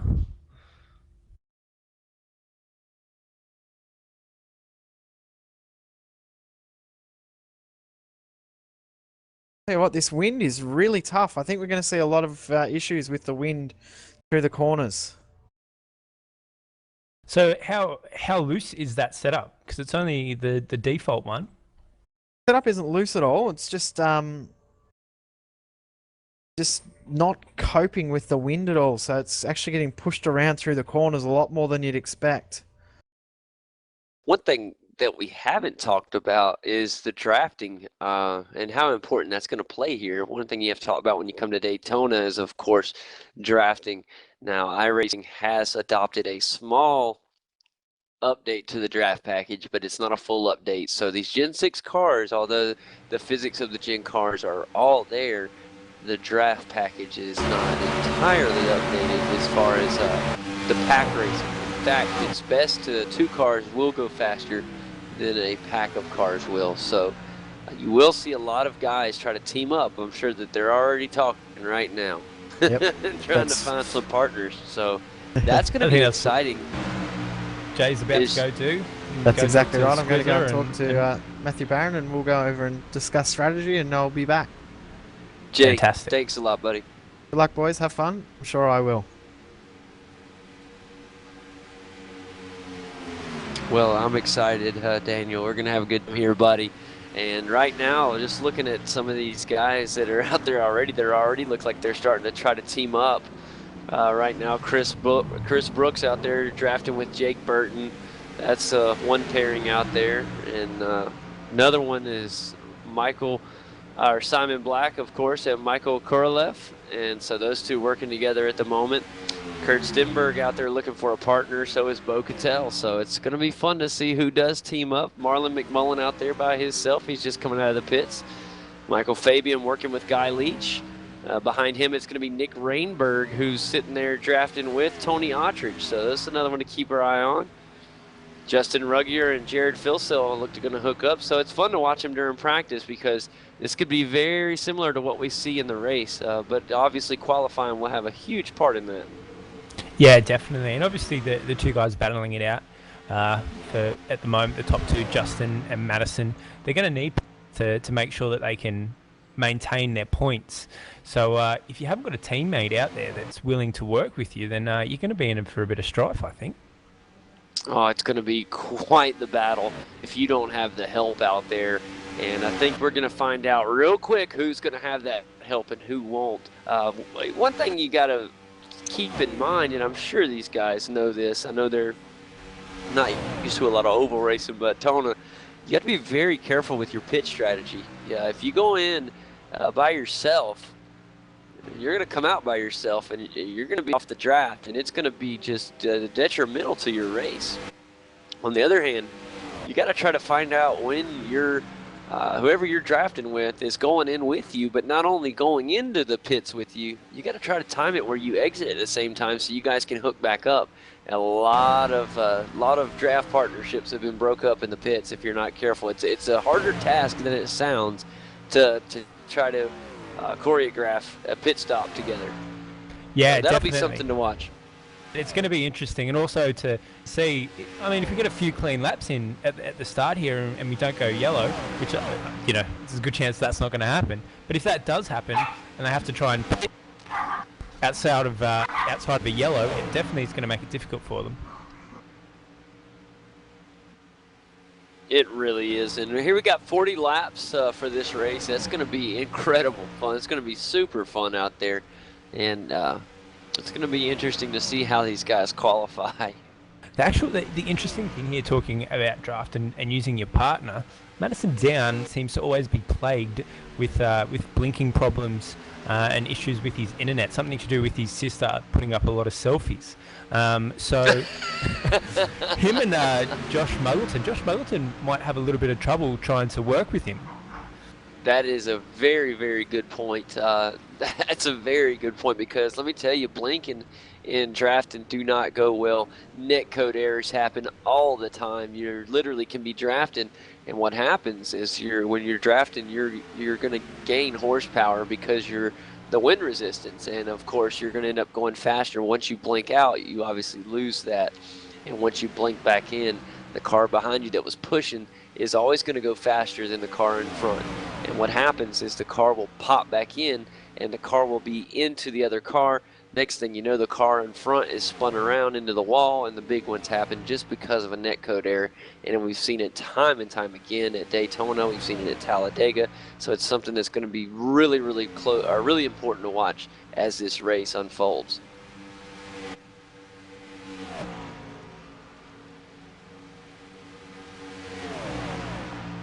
Boy, I tell you what, as these guys are warming up, it's going to be fun to watch. Got a nice little pack of cars starting to work together out there. I'm just trying to keep an eye on some of the crazies out there. Some of the ones that are wrecking already. Let's see, Kurt Bird, Michael Michael Korolev and Simon Black still working together. Damian Butler looking for partner. Chris Brooks entering the pits right now. Bo Cattell still looking. Justin Ruggier still looking. Go ahead, Clayton buddy. Brooks is currently in a bit of strife looking for a partner. So looking for someone who's slow enough to work with him. Now Matthew Barron and Jay Kennedy out there on the track. So now everybody knows Jay Kennedy in the number 31 car tonight. He's in the number 31 Chevy. I'm going to have to get on to him. He knows better. He should be in a Ford. This is fighting words that I'm hearing coming across out yes, here sir. at the moment. Yes, sir. I have to go fisticuffs. That's right. I guess the medium ground would be the Toyota, but yeah, no one really likes them. Is anyone actually out there in a Toyota? Yeah, just saw one. In fact, it is Michael Korolev out there in the number 20 machine out there in his Camry. And right now, as far as practice times go, Michael Korolev has the fastest time. He's in the number 20 machine tonight, and that is a Toyota out there. So keep an eye on him. Right now, the number 8 machine passing Michael Korolev out there. He's going to try to make that bottom line work. That's Damian Butler there in the number 8 Fanatec Chevy SS. Behind him in the DuPont Chevy, that is the number 47 machine, and he's teamed up with Damian. That's Kurt Stenberg. And actually, as I called it, the DuPont Chevy, the paint decided to change on me, so you got to love when that happens. It's love that. Thank you, Trading Paints. Well, at least it's kicked into gear. It's actually it's actually going to be the custom. We'll have to call it the custom image. That's right, the custom image Sim Instrument Chevy, and it's a good-looking paint on that car. Yeah, Mr. Andrew Osaya, great little Skinner. He's done some work for us in the past. Created the original Bayets Online logo. So, yeah, fantastic guy. Knows what he's doing when it comes to that kind of stuff. Tell you, a super good paint out there as well. It's going to be the number 46 Chevy SS in the Mopar Chevy, and that is Guy Leach. Fantastic paint out there.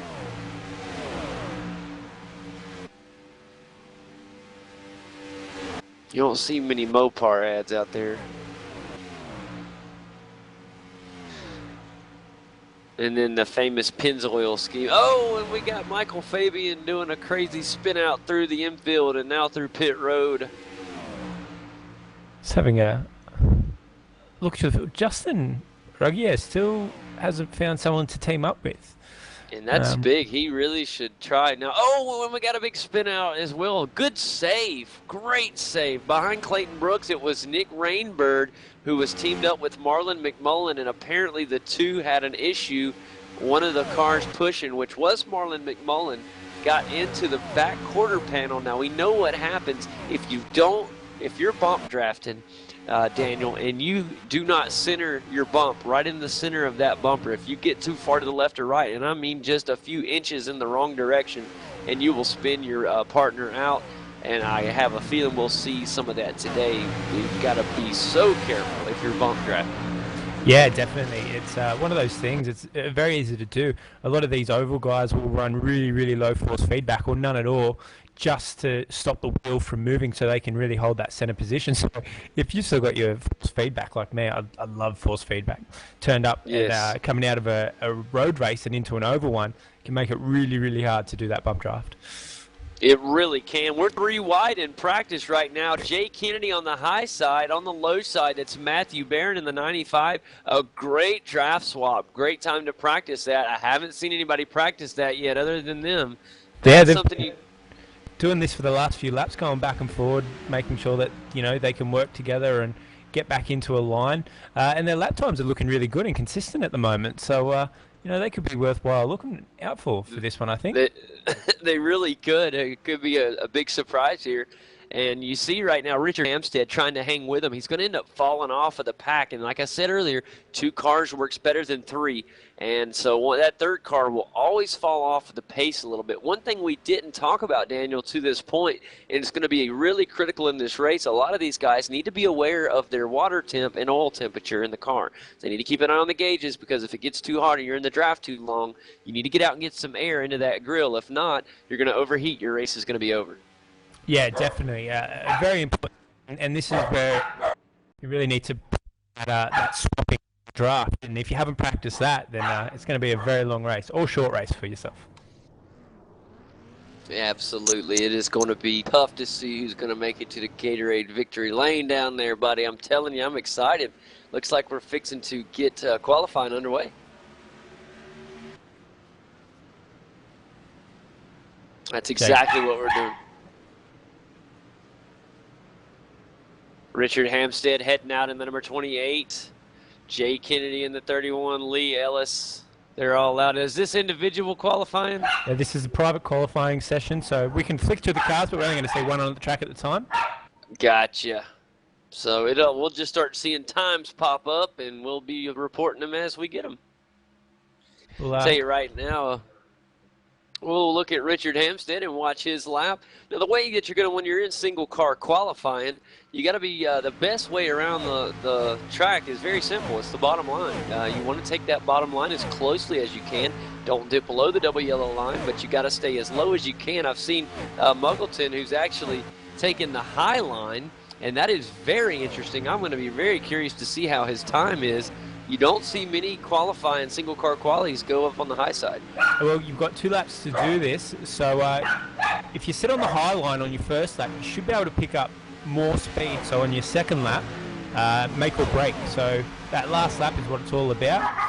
Well, that's what I thought too. But Josh is on the high line on his quali lap here. He's riding the high line through 1 and 2, and so it's kind of interesting.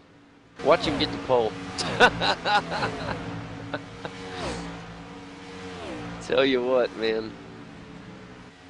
First quality lap times coming through now. Michael Korolev in the lead, 47.023. Oh, we got a tie at the top. It's Henry King put in a 47.023 as well. So we got a tie for first place at the moment. Now we got a new leader, Mitchell. Another one coming in. That's Tony Ottridge in the lead with 46.916. He is broke down into the 46s. And then as we look at Henry King, who's just over, he's in third at the moment with 47.023. Josh Muggleton, I was watching him on the high side, and he is down in 10th with 47.311. So be interesting to see. That high side is tough. Yeah, these laps come through now. Most of these guys using the high line. So we're going to see a few slower ones. Michael Korolev, 46.735. Now Madison down on the pole with 46.692. Extremely fast for Madison down. That may be our pole time right there. I think a lot of these guys are starting to slow down now. Jay Kennedy currently sitting in 10th, 46.765. Now remember, this is very important. Where is that practice partner that Jay Kennedy had? That would be Matthew Barron. He's down in 16th, so they're not too far apart. They should be able to hook up pretty easily. Yeah, that's what you're going to be looking for. You're going to be looking for your teammate so you can get a good start. The guys at the moment who are actually probably looking really good here is Simon Black and Michael Korolev. Obviously, they will be working together, currently sitting in 5th and 6th. Yeah, the only issue I see with those two is Simon Black and Michael Korolev are going to be starting side by side, and that's going to be fun to watch as Simon Black will be on the outside of row. Oh, that changed. That actually changed. They're 6th and 7th now, and that's actually going to help them out because what that's going to do is that's going to put Simon Black on the outside of the 3rd row, and that's going to put Mitchell Korolev on the inside of the 4th row. So what's going to happen is Michael's probably going to allow Simon to come down and take the initial lead of that 2-car tandem, and we'll see how they that should be a lot easier than them starting side by side in the same row. Well, it looks like we're getting ready to grid up here down on pit road here shortly. I'm excited, Daniel. This is what it's all about. And this is the Race of Champions final race here in ROC9, man. I'm excited. Yeah, this is going to be the one. It's going to be interesting. Obviously, seeing a few of the results out there now. Who are the actual leaders? And a lot of them didn't have anyone to partner up with. So Justin looks like he's going to be in for a little bit of strife unless he can find a teammate to work with. Richard Hampstead as well didn't really have anyone working with him. So it'll be good to see how this is going to play out. Absolutely. It really is going to be fun. And look at this. Am I seeing this right? It looks like Bo Cattell is the official pole sitter. It is. Bo Cattell sitting on the pole in the number 22 machine. He qualified with a time of 46.661. Incredible. Just edged out Madison down by 300ths of a second. That's incredible. Yeah, fantastic lap there by Bo Cattell. At the moment, we've got Mr. J. Kennedy in the booth, who's actually starting to grid up now. You've got your drafting partner, mate. He's sitting a little bit further back. Yeah, he's a little bit further back than I where I would liked him to be. Yeah, it's that's pretty okay. bad when you out-qualify Squizzer. It's going to be great. I'll let that go. I've got nothing for you. Now, Jay, in that single car qualifying, I didn't get to watch everybody's line, obviously. Did you take the high line or the low line around the track? First lap, took the high line, cut down through the tri-oval to run it on the line for the second lap. Beautiful. That is textbook around here at Daytona, and it puts you in the top, or right there, 12. almost in the top 10. Get you 12, Yeah. Close. I'm happy with the time. It wasn't my best lap, but definitely wasn't my worst, so I'm happy with that. Well, we want to wish you the best of luck, Jay, and once again, thanks again for talking with me through race one. That was a pleasure. But now it's time, guys. It's welcome to my world. We're in the world of Daytona ovals. I love it. I'm excited. I'm pumped up. Bo Cattell, Madison Down are sitting in row one, awaiting the pace car to leave the pit road here so we can get our pace lap underway. It's going to be quite entertaining, to say the least. How many laps do we go green before we see our first yellow, boys? You know what? I'm going to go with we're not even going to make it around the first lap. You know, I think we'll make it 1.5, and I think we'll see our first one. We're not giving them much credit. My biggest concern with the first lap is everyone trying to shuffle around and trying to get to their partners, and with the gaps that's set at the moment, this is where it could get a little bit nasty. And for the other guys that are kind of slowing down or trying to get a hook up with their partner, and the other guys that are trying to run solo, this is where bad things can happen. Well, I tell you what, it's going to be like this. Row 1, Bo Cattell on the inside, Madison Down on the outside of row 1. Row 2, Jake Burton and Henry King. Row 3, Mitchell McLeod, Simon Black. Row 4 will be Michael Korleff and Josh Muggleton. Row 5, Richard Hampstead and Guy Leach. Row 6, Kurt Stenberg and Jay Kennedy. And then in 13th, it's Michael Fabian, Lee Ellis. 14th, 15th, Tony Ottridge. Back in 16th, it's Dean O'Brien. 17th, Marlon McMullen. Jared Philsell, 18th. Marty Carroll, 19th. 20th position goes to Matty Barron. Justin Ruggier, 21st. 22nd, Clayton Brooks.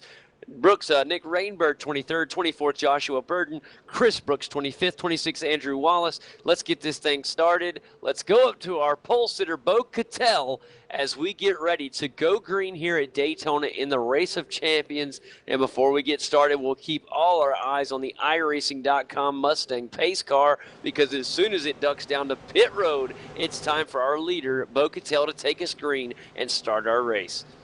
It's going to be interesting, and he's Madison Down's going to have to try and get straight in underneath him. All right, it's getting to be about that time, as all eyes are on the pace car here as the start of this great race. And here we go, Race of Champions, and this is the 4th race at Daytona in our Gen 6 cars. And I'm excited. It's fixing to get excited. I'm getting ready to jump, and here we go. Our race fixing to get underway here. All right, pace car is in. Let's watch our leader in the number 22 car. Our leader, Bo Cattell, is going to take us green here at Daytona. Fantastic start there from Bocatel. Madison down. Looks like it's got a good run on the outside. We're already 3 wide, Daniel. We have down on the inside, it's the number 28 machine of Richard Hampstead. We got close contact with the number 52 machine, and that is Henry King. It was a scary moment by those, and now back up front, everybody pairing up quickly. Oh, this is beautiful. Bo Cattell with the number 40 machine of Mitchell McLeod on the inside. On the high side, it's the number 77 of Madison Down and the 35 machine. That is Jake Burton on the high side. Also hanging in there in the number 20 is going to be Michael Korolev, but he doesn't have a partner, Daniel. This is going to be big for the number 20 car. He's got to find somebody. He's going to have to find someone to help him get along. Jake Burton's going to have to really push Madison to get back in on that low line. It looks like they've actually got a good run here. Madison down now. Oh, and he left him. Oh, no, that's like hitting a wall of air. And that's good. That should slow those two down on that high side. And that's actually going to benefit the number 22 of Bo Cattell down in the Tag Test Management Toyota Camry. Mitchell McLeod giving him a bit of a push along. Mitchell McLeod's obviously found a bit of a teaming partner there to really help him along. Michael Korolev completely left out to dry here. Yeah, Simon Black left out as well in the 351 car. He's in his Ford Fusion, and it looks like he's gaining some ground. I'm actually very surprised. He's trying to use all the draft he can off the 28 machine, and hopefully he'll be able to catch up. Oh, we got a little bit of swirly action up on the high side. That's the number 35 car of Jake Burton. Now we got a 3 wide here at Daytona. A scary moment for the 52. He's going to get spun, and that's the 52 car. Let's find out. That's Henry King. Henry. Yes, he got into the wall, into that safer barrier, and somehow saved the car from total destruction. Fantastic Beautiful save by job Henry. there from Henry King to keep it under green. That's definitely going to hurt him time-wise, but a beautiful save. Definitely a good save. I thought it was all she wrote. Jay Kennedy currently sitting in 20th, struggling to find his pace here. You know, this may be strategy. It's tough to say, but I've seen it before. I've seen it time and time again. Seen strategy where guys will go to the back to help find their teammate. If they're having trouble through the field, a lot of times we'll see guys go to the back, and that way they can find their teammate. Unfortunately, Matthew Barron's up in 11th, and down in 20th it's Jay Kennedy. Jay has found a partner, but the partner that he had is leaving him. That partner was the number 8 machine of Damian Butler, and he's actually going to hook up with the number 44 machine of Chris Brooks. So tough breakdown there for Jay. Hopefully, he's actually holding his own right now. Yeah, we've actually got 2 guys at the moment. Oh, we got big crash, big huge crash. Nick Rainberg, the caution is out, and let's get a replay to find out exactly what just happened. That was a humongous wreck there, as that was Nick Rainberg involved, but I think the wreck actually started a few cars ahead. I believe it started with the number 24, the 24 of Justin Rugg here, maybe. He got a little loose. It actually started the car behind him in the 884. That's Michael Fabian. And what happened was Michael Fabian comes down on the low line. The problem is the 24 car decides to come down and doesn't realize how close up the Michael Fabian is. The contact is made, and the Ford Fusion goes up to the high side. And actually, I apologize. He actually made it through it. It's actually between the 19 machine of Clayton Brooks and 21 car. And they make contact, and once that happens, it's just a nasty big wreck. Yeah, so that's Lee Ellis, Clayton Brooks, and Nick Rainbird all suffering from some heavy damage there, and the number 24 as well. Yeah, Guy Leach is got a heavy damage. His car may actually even be done. He's got a lot of smoke coming out of that Mopar Chevy SS, and I mean, it is a lot of smoke. Or actually, it cleared up a little bit. It was worse a minute ago. He's got the black smoke. That's not good there for Guy Leach. Well, this is how it looks, though. It's only lap 5, and I'm impressed because the field has made us look silly. They made it 5 laps before the caution came out. I'm proud of them. Yeah, Mitchell McLeod currently leading. He'll control the restart of this race.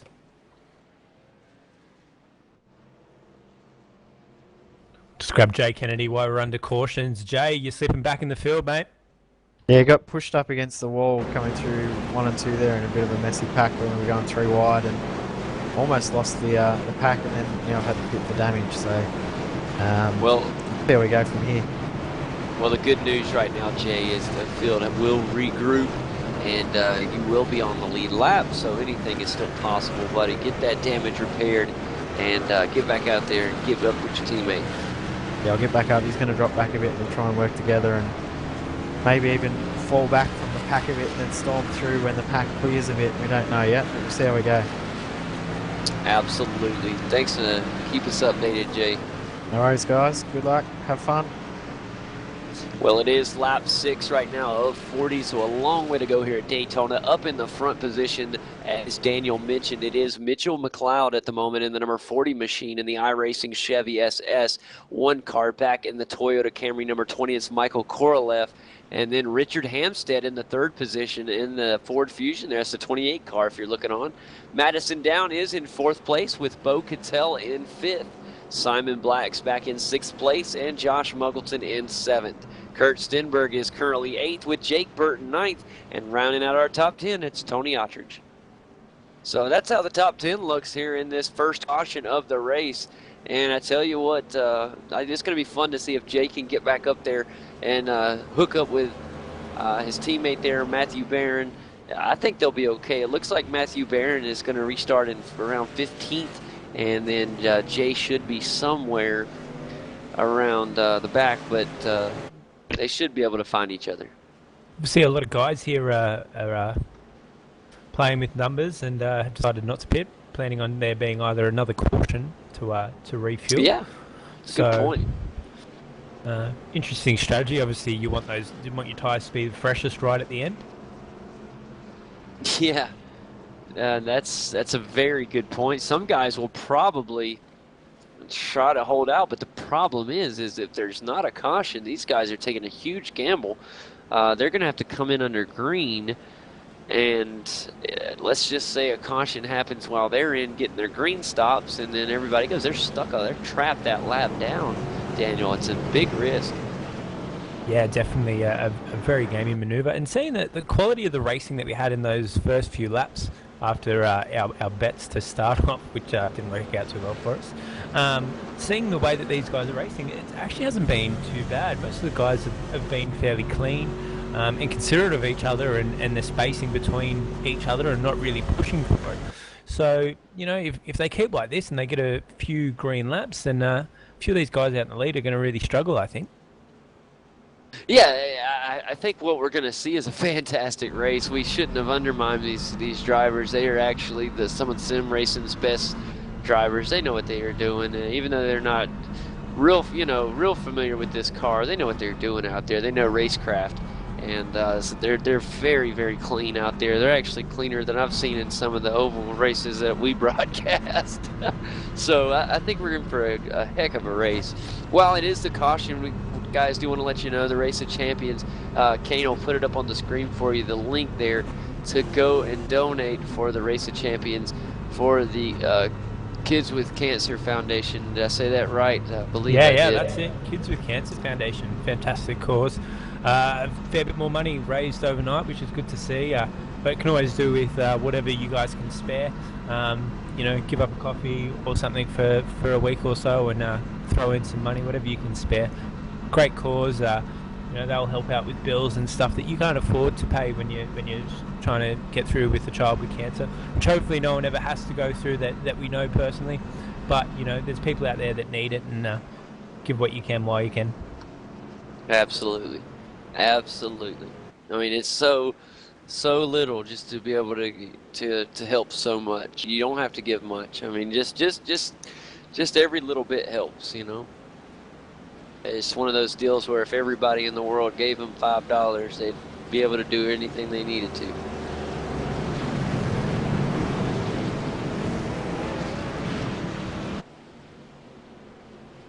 Or shoot, everybody gave them 50 cents. Yeah. Like $4 billion. All right, the lights on the pace car are off, so you guys know what that means.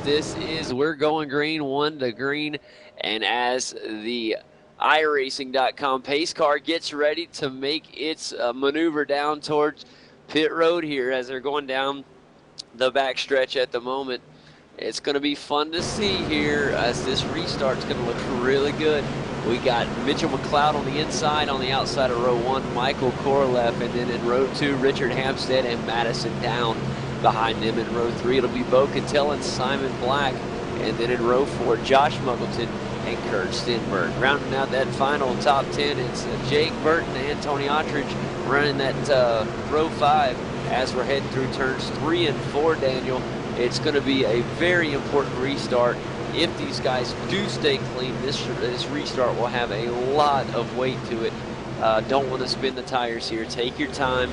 Make sure you get off to a good start. Don't get left in the dust here. That's how cars pile up, and that's how wrecks happen.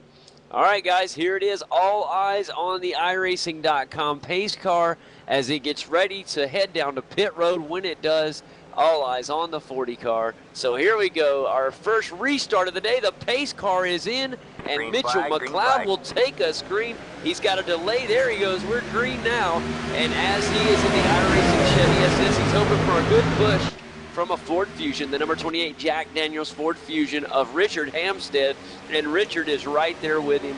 Great push right there from Richard Hampstead. These two get out to a nice lead up. Stuck on the high side is the number 20 car of Michael Korolev, pushing him to the 22 of Bo Cattell.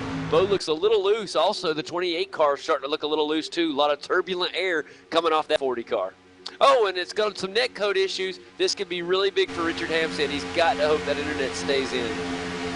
Yeah, having a few issues there. Josh Muggleton looks like he had a little bit of a bumpy. The front spoiler there, a little bit bent in. But Michael Korolev seems to be struggling here out on that high line, just not getting the push that he wants from Bo Cattell. Man, I tell you what, this is so scary. Richard Hampstead is so close to the 40 car and the 81 of Josh Muggleton, and that car was blinking in and out bad. It's still got some issues. That could be a huge wreck if something happens there. Tell you what, looking on right now, it is the 35 car of Jake Burton teaming up with the number 51, or I'm sorry, the number 81 of Josh Muggleton.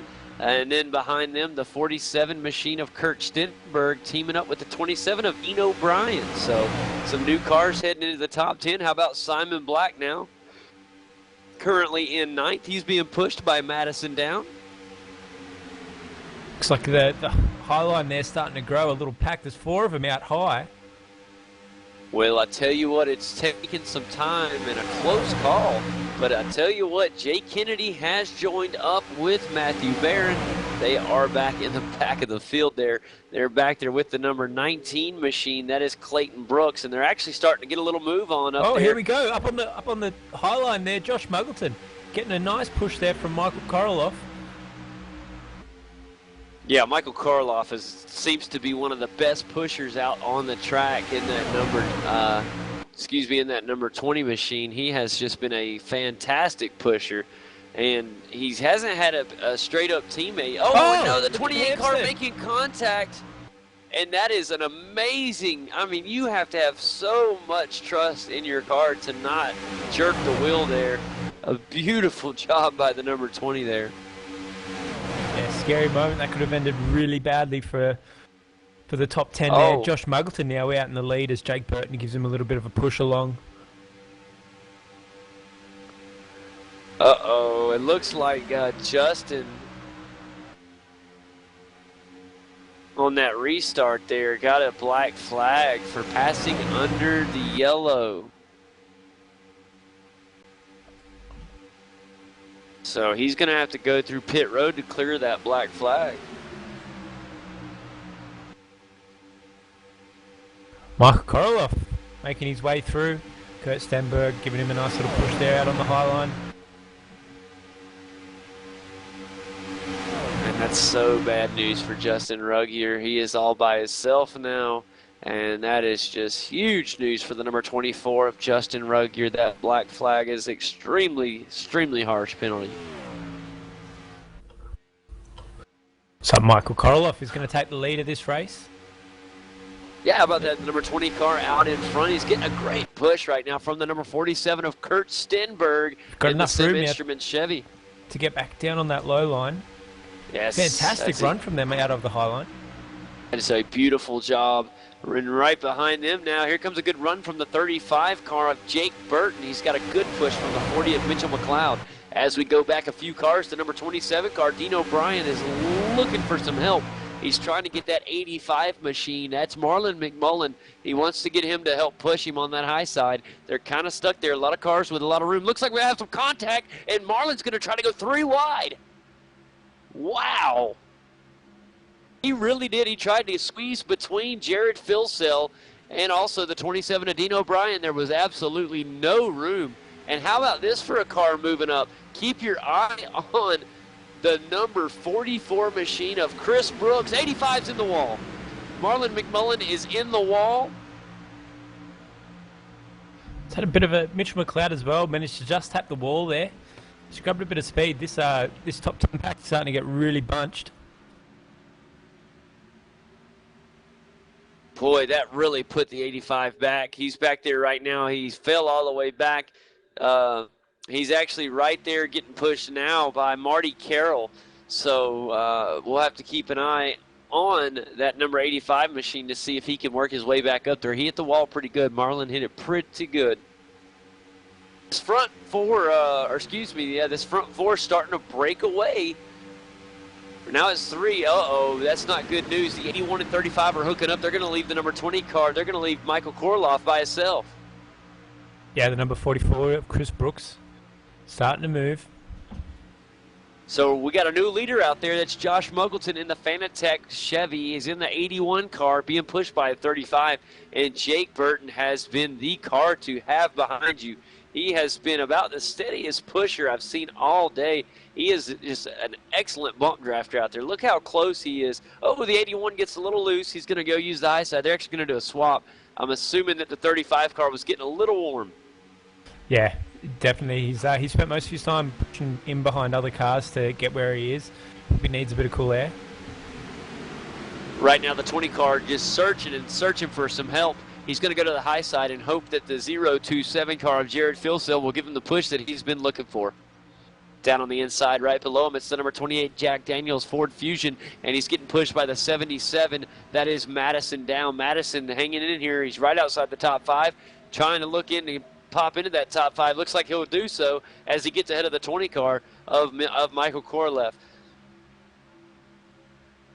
Welcome to some more guys coming into the top 10.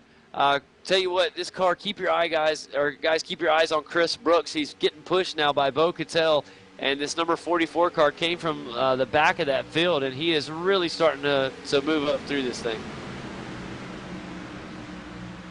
Dean O'Brien, Tony Autridge having a good run at the moment.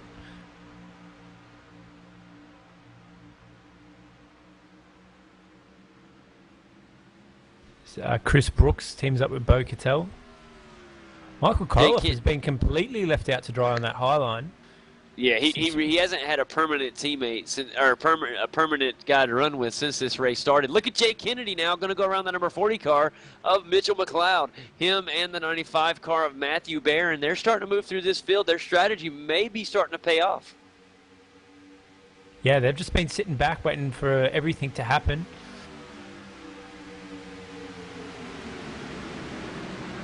Oh, they got a great run. Yes, sir. So Michael Korloff has found Simon Black. These guys should be able to work fairly well together. Damian Butler. Guys, already here on lap 19, as we will cross the finish line, it will start lap 20, so we will officially be at the halfway point. This race is underway. Now, you have to think back to the guys that stayed out on that caution. It looks like we may get a green flag stop, and if we do, that is going to be very, very crucial for those that stayed out. Yeah, definitely. And this is where the other guys are going to have to think as well. Jay Kennedy, who obviously went in for some repairs, is probably taking his fuel already, so he'll only need to do a tyre stop if he feels like it if they go under caution. The other guys are going to have to take on fuel.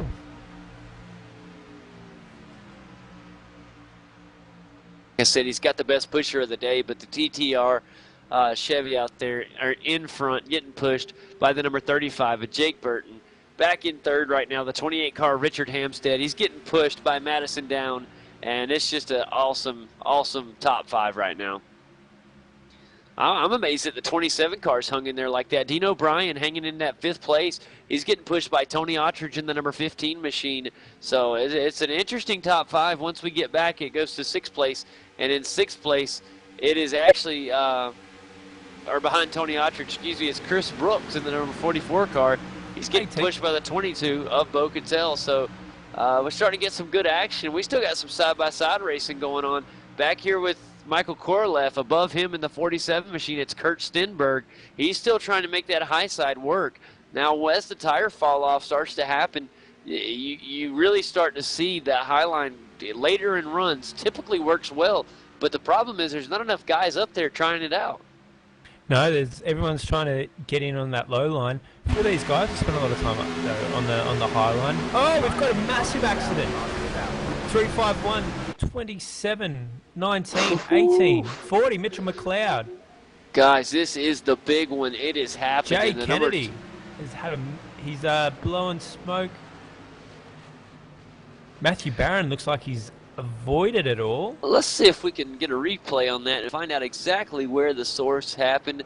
It looks like it happened with the 351 car, and that is Simon Black. Unfortunately, he got sandwiched between the 20 car and the 22 car, and that caused his car to get sideways, or actually the 22 got sideways. Once his did, these cars stacked up like hotcakes on a Sunday breakfast, and these things went flipping. I mean, it was nuts.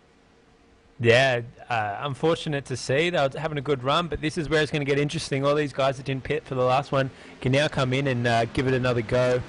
So the story flips. You're absolutely right. And it's going to be interesting to see who does make their way down pit road. It's fixing to happen now. Pit road is open as the iRacing.com pace car takes us through turns 3 and 4 here. Let's see what our leader, Josh Muggleton, does.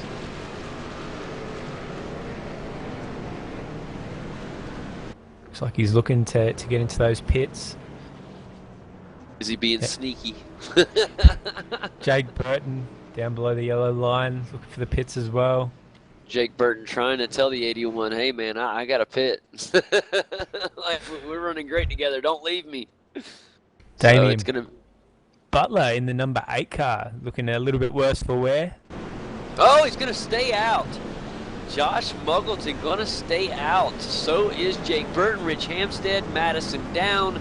All your top 7, 8, really your top 8 stayed out. Damian Butler in the number 8 car, the first car to come down pit road. So a little bit different strategy than we thought was going to happen. Behind is going to be Jared Filsell hitting his box. Ahead of him, it's going to be Marlon McMullen, Michael Korolev coming in the pits. These guys have major damage. Also in the pits, Joshua Vernon. Behind him, Guy Leach decided to stay out. Number 22 car, Bo Cattell, down in the pits right now. So a lot of guys coming through the pits, so we'll see how they get. And they got to get back out on the track, and it's going to be interesting to see how these guys do. Simon Black leaving the pits. 22 car finds his box. 40 of Mitchell McLeod in the pits. And now Bo Cattell is away, and they got that quick repair, so that is very, very important. A lot of these cars that I thought were going to be out of it, I forgot about that quick tow. So that was one of the gifts given by the racing gods today, is they got a quick repair. And they only get one, but it definitely paid off for the number 20 car. He had a great race going, and unfortunately got caught up in that thing. I thought his car was going to be done.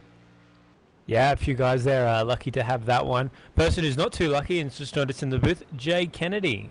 Hello. Lucked out, mate. Yeah, couldn't pull it up in time. Saw it all happen in front of us, but got back to the start after that restart, and so I dropped back to the back after that restart, and really struggled starting to move through the field, and then got checked up, and that caused a big wreck the next lap. So it was good fun. Yeah, you look like you were doing well out there, mate, and then it all fell apart with the Simon Black incident. So it's a bit unlucky, but that's how it goes at Daytona. You've got to try and stay out of trouble and hope that it doesn't fall in front of you, and hope that it happens behind you. Oh, I tell you what, Jay, that was very unfortunate.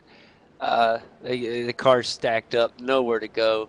You had a great race going, man. I tell you what, I was very proud of you. I thought that you did a wonderful job. The strategy was paying off. I'll tell you what, dropping to the back there, getting hooked up with your teammate, Y'all moved through the field really nice. I thought that you guys had a great thing going, and it just ended too quickly.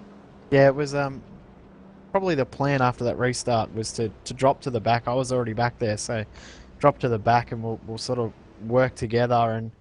And the pack sort of dropped off. Sorry, that second group dropped off from the lead pack very, very quickly, and they sort of started to work together after and behind us and all caught up, and that was sort of what caused that accident. I think there was too many guys who didn't quite know that we were back in the pack again and trying to work up to the front too quickly. And we're pacing right now on lap 24 of 40. So as we get ready to restart, we're still waiting for the lights on the pace car to go off to get that 1 to go signal. Assuming we'll get it next time. So if that's the case, we will be restarting on lap 26. So still a lot of racing left, boys, just over the halfway point.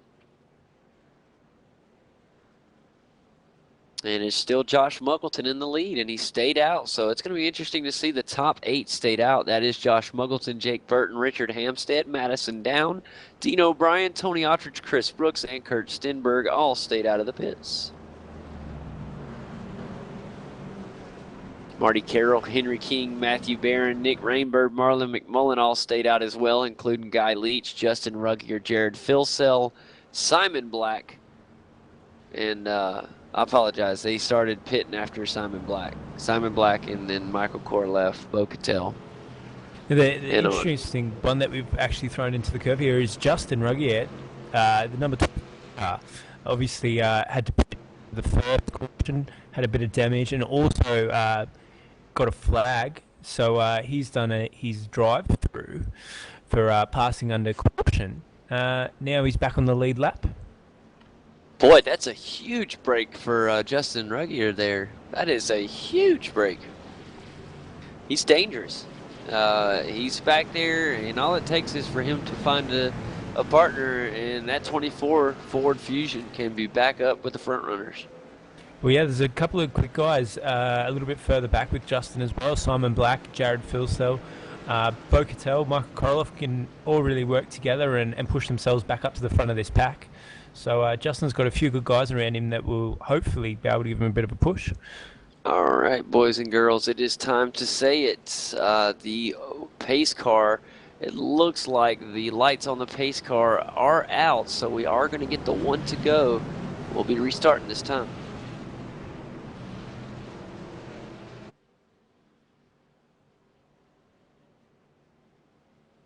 Coffee, coffee, coffee, baby. And I'm on the other end of that slope. I'm beer. Oh, man. It's 7:17 a.m. in JD's time zone.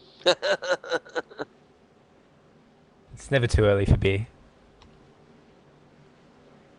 Very true. Very true. If I was at the races right now, and I would be having one. So, a very good point. And I will be going to Atlanta in a couple weeks. But that should be fun. Oh, speaking of which, I am so proud of my favorite driver, Jeff Gordon. Before you guys turn off the broadcast. Well, it there really goes was. most of them. Yeah, all the views. Just no, I do. I respect the heck out of the guy, man. He had to overcome a lot when he came in the sport, and he's just a truly talented driver, man. No matter if you like him or not, the guy's a talented driver, and he spotted.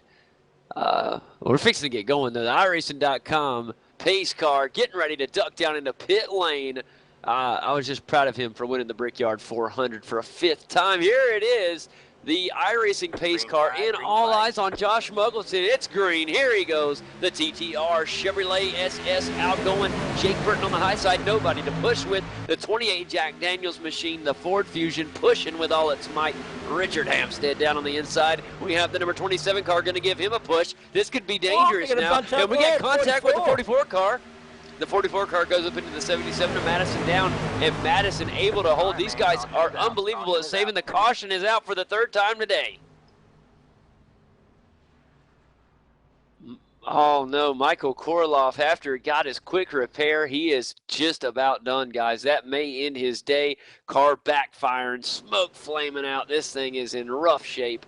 And let's get a little replay and check out what happened, guys, as they were coming out of the straightaway and into the turn. Michael Korleff was using the inside line, and as he got going, traffic stopped in front of him. That's Yeah, it exactly looks what like Bo happened. Cattell there's just tapped Simon. Simon Black slowed up a bit. Bo Cattell's managed to hit him, and then that's just caused a little bit of an effect running all the way back. And it was unfortunate that Michael Korolev was the one that copped the brunt of it all. Yeah, that was a tough break there for Michael Korolev there, and I'll be amazed if he's able to continue. That car is really beat up, but the good news is it doesn't have that black smoke coming out of it, so the engine may still be okay. Now this will give Josh Muggleton an extra few laps in the lead. Now we got to see if these guys will pit. I'll be really interested to see if these leaders pit or not. I will be right back, my friend.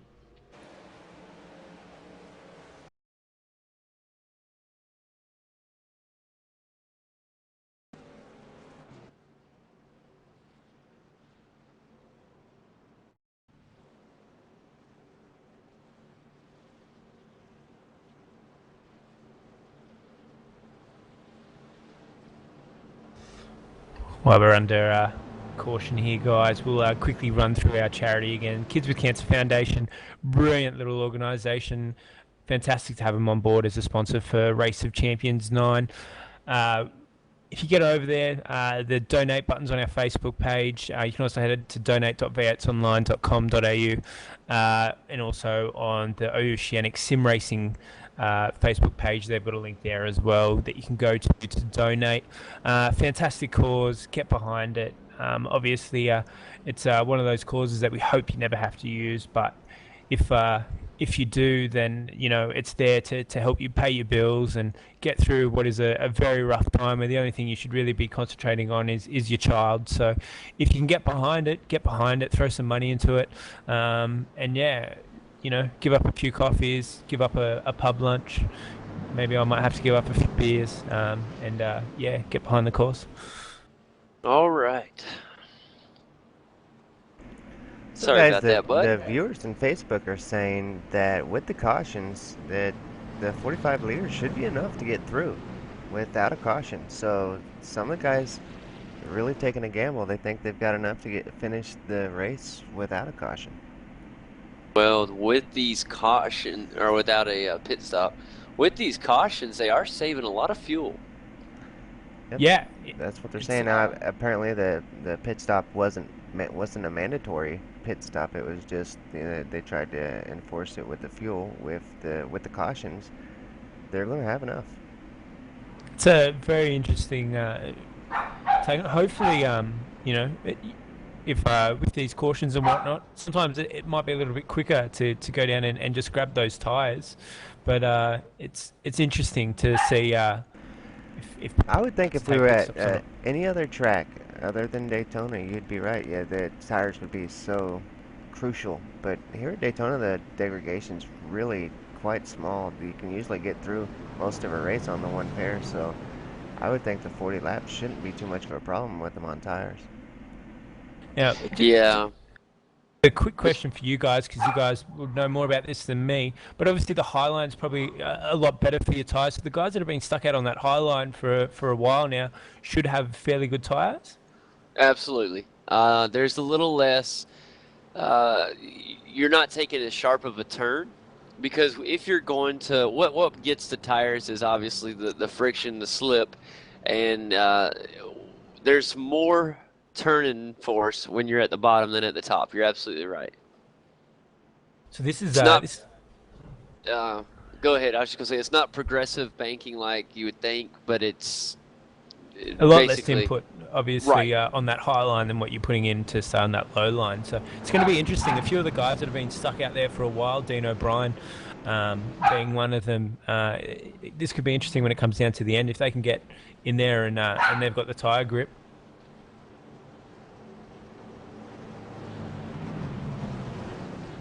Absolutely, and if you do have 4 fresh tires, it will play a small advantage. Now, it wouldn't be as big of an advantage as at a track like Charlotte or Atlanta, or when you have your mile and a half, but it's still a big difference. I mean, it's a big enough difference to tell if you both have good draft partners, and you're two guys with 4 fresh tires versus 2 guys with old tires. Your fresh guys' tires should run them down.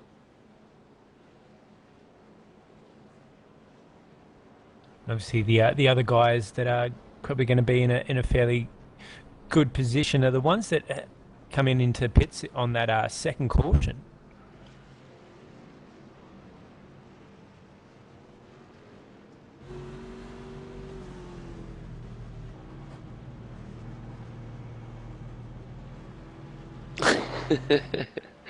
Oh boy. Lap 29, guys. We're almost to the 10 to go mark. And I tell you what, lights are still on the pace car. So looks like we'll be restarting on lap 31. See if we can get the last 9 laps all green. Oh, that would be just lovely. Now, while we're still under caution, we probably should have a quick chat about the Americas Series and NIS and the V8 Series. How's that all going? Oh, absolutely fantastic. In fact, Kane can back me up on this, and we just finished up our season, of course, with the V8's Americas Series. Want to congratulate Sean Kelly on taking the championship now. So he ended Marlon McMullen's run of back-to-back championships, so it's good to have a new champion, and we're really excited about the up-and-coming 4th season. And as far as the NIS goes, boy, it has just been an outstanding year. It's better than we ever could have imagined, and it's coming down. It's coming down to the wire in the points. It really is. We got Patrick Crabtree in the lead in the point standings, a fantastic driver. He's trying to earn that pro license, and I think he'll have that license with no problem. But at this point, he's got some exciting things to look forward to. He could possibly win the NASCAR iRacing Series and the top split in the Open. That's very, very incredible. So there's a lot of big-name drivers in that series. Yeah, it's a fantastic series to watch. If you guys ever get a chance, head over to our YouTube page and have a look at them, or watch one of the broadcast lives. But they're fantastic to watch, so great job from you guys. Oh, thanks a lot. And yeah, come on Wednesday. We do the NASCAR iRacing Series Wednesday nights, and that starts at 9 o'clock Eastern Time in the U.S. And then also our V8 Supercar America Series is on Friday nights. It starts at 10:15 Eastern Time in the U.S. So those 2 series are outstanding, and we just are so looking forward to the Premier Series and the V8 Supercars. That's going to be so awesome. Yeah, a lot of work in that one. It's going to be a good one to watch, but it looks like we're getting ready to go here. That's right. All eyes on the iRacing.com pace car. The Mustang is leading the field with the light off here. We're looking for him to head down in the pits. And there he goes, down into the pits. So it's going to be Josh Muggleton leading the field to green. And it's green flag waving up on the podium up there. And here comes Josh Muggleton with a great run down on the inside. Up on the high side, it is Jake Burton being pushed by Dean O'Brien. It's going to be fun to see if that high line works early in this run. Oh, the 95 car, that is Matthew Barron trying to make the high side work. He left the low line. He's going to try to hook up with the 44 car possibly. Yeah, Chris Brooks had some brilliant pace. Obviously, he's fallen back after the cautions, but he's definitely got the speed there, so it might be a good hookup there for Matthew Barron. Yes, Chris Brooks literally came from the back of the field. He has been running great. Take another car that snuck up in here and looking fantastic. The number 84 car in the Playseat Ford Fusion. That's Marty Carroll. He's in 6th place at the moment, and this guy has literally come from out of nowhere. He started the race all the way back in 19th and has worked his way up into the top 5 now. He's actually pushing the number 77 machine of Madison down. Yeah, give Madison down a little bit of a push along. It looks like Jake Burton is struggling up there on the high line. He's got no one working with him, and he just can't get back down in on the low line. Yeah, the number 15 of Tony Ottridge trying to use some of the air pocket provided by Marty Carroll there. He kind of went up on the high side there. You wonder if his car is getting hot or something, because he's not trying to use all of that draft like he could. Trying to see what that's all about. Yeah, he's having a bit of a look, a little bit of a wiggle around. Yeah. The 84 car Marty Carroll, I'm kind of concerned of it getting warm too. I know we just had a restart, but you'd be surprised how these cars do. Even after a caution, the engines stay hot. Richard Hampstead having a look on the outside there of Josh Muggleton. Biggest issue now is that he's left himself open. Boy, and it's Madison like hitting down now is going to It's move like in hitting a on there. wall of air. I mean, you're absolutely right, Daniel. He went up there by himself, nobody to help him. Oh, he's going to try to squeeze back in. There's no room. Oh! 84 car, Martin Carroll. Man, he made Fantastic contact drive. with the number 15 car. Now we're 3 wide at Daytona, and that's going to close. That's going to mess up a couple cars. That is really, really, really lucky for the number 28 Jack Daniels Ford Fusion to not get into any trouble. That's Richard Hampstead, and now he's going to stop finally as he gets a nice push from the 95 of Matthew Barron, but that's going to drop those two back. Yeah, Matthew Barron went up on the high line trying to look for someone. Now these guys can work together, though, and push themselves up there. Although Matthew Barron seems to...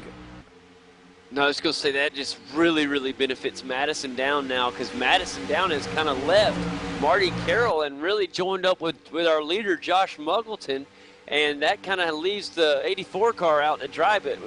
Dean O'Brien, he says, hey, buddy, I'm right here. I'll push you. Well, he's going to have to give him a bit of a push. Madison Down doesn't really need to win this race to win Race of Champions, so you can just push Josh Muggleton along to a win and just take in the point. But it's the pride. Madison is a bit of an endurance man. He'll be thinking about the long haul.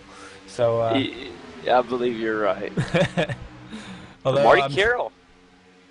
Yeah, Martin Carroll is right back on the Madison Down now, thanks to Dean O'Brien giving a little bit. Number 35, Jake Burton, looking for a partner to help him get back up there. Just behind him, though, Justin and Tony Autridge. Yes, Tony Autridge, Justin Ruggier. Now, guys, remember back just a few laps ago, Justin Ruggier received a black flag penalty for passing under yellow. He served his black flag penalty. The caution helped bring him back to the lead lap, and now he is up to 7th place. How about that for a comeback? We should have a look at this battle with Richard Hampstead, Matthew Barron, Mitchell McLeod. The number 46 car of Guy Leach going 3 wide. Mitchell McLeod gets his way through. Looks like Richard Hampstead's struggling with speed, and Matthew Barron is just having a bit of a moment trying to work out how to get around him. Everyone's working for their own race. No one's working together up in this backpack. Boy, that is a crazy 3 wide scenario. You had Matthew Barron in the middle. He didn't have anywhere to go, and if he was trying to make a decision, but nobody would go with him. He kind of got hung out to dry, and then as he moves to the bottom, the 4 car hooks up with him of Joshua Burden, and that's a lap car, so it's not even a car on the lap. Now, I'm not a massive fan of conspiracy theories. Hey, oh, the 95 car got spun! What a save! Oh, he got spun again! And he saved it again! Oh, but he's into the wall! Oh, there we go. The caution is out. Oh, my gosh. And the 3rd time was the killer. Oh, my gosh. He got hit not once, twice, then a 3rd time, and it finally got him. There's nothing left on that car. No, that car is destroyed. And I would have to say that the 95 car's day is probably done. A little bit unfortunate. Not a massive fan of conspiracy theories here, but there's a good chance that Mitchell McLeod and Richard Hampstead are on the same team speak. And Richard Hampstead and Mitchell McLeod were the 2 cars that got together there and really pushed themselves out of that pack. And Richard Hampstead seemed to have a gaggle of cars following behind him, so I wonder if there was a bit of team talk across that TS about Mitch McLeod, although working for different teams on the same TS, giving him a bit of a push along. I would imagine so. That's a very valid point. How about that top 5 though? Looking real strong right now. It's Josh Muggleton in the lead, Madison Down in 2nd, and guys, this race may be over. I just realized we're on lap 38. In fact, this race will end under caution. And so it looks like, now don't quote me yet, because anything's still possible, but it does look like we will end under caution. And if that does happen, it will put Josh Muggleton winning our race. Madison Down winning the race of champions. Oh, there's no way they're going in the pits. And if this was real NASCAR right now, Josh Muggleton would be serving a penalty and would lose this race because he went inside the commitment cone and then ducked out. And that is a big-time no-no. Well, we'll talk to Stress about that one. We'll see if we can get him a penalty handed out for that. But he was just trying to see if he could sneak anybody into going into pits. But he's already won the race pretty much. Yeah, this thing is over. It's lap 39 and the lights are on. So it is official, guys. Josh Muggleton, the winner. Madison Down will come across in second and will win Race of Champions. And that is an awesome achievement for Madison Down. Back in third, Marty Carroll. How about Marty getting a third-place finish? He looked fantastic. Jake Burton had a great day. Great race here today. 35 car was the pusher of the day. He was the teammate to have. Everybody he got behind went to the front, and ultimately, he even has kind of a small bent-up hood there from pushing, and he just did a great job pushing. In fifth, rounding out the top five is Dean O'Brien in the 27 Chevy. He's been up there all day. Kurt Stenberg, sixth. Tony Ottridge, seventh. Justin Ruggier, eighth. A great comeback. Simon Black, ninth. And Richard Hampstead, 10th. And that is a crazy way. The white yellow will be out this time by the way. Yeah, Boy, Martin Carroll, biggest gainer of the race, gained 16 positions coming from 19th, starting the race to finish third. Fantastic job, Marty, and real proud of him there, SDC Motorsport boy, and he's representing very well. Yeah, fantastic drive there from Martin Carroll. Justin Ruggier as well to get back inside the top 10 after his woeful start. Fantastic job.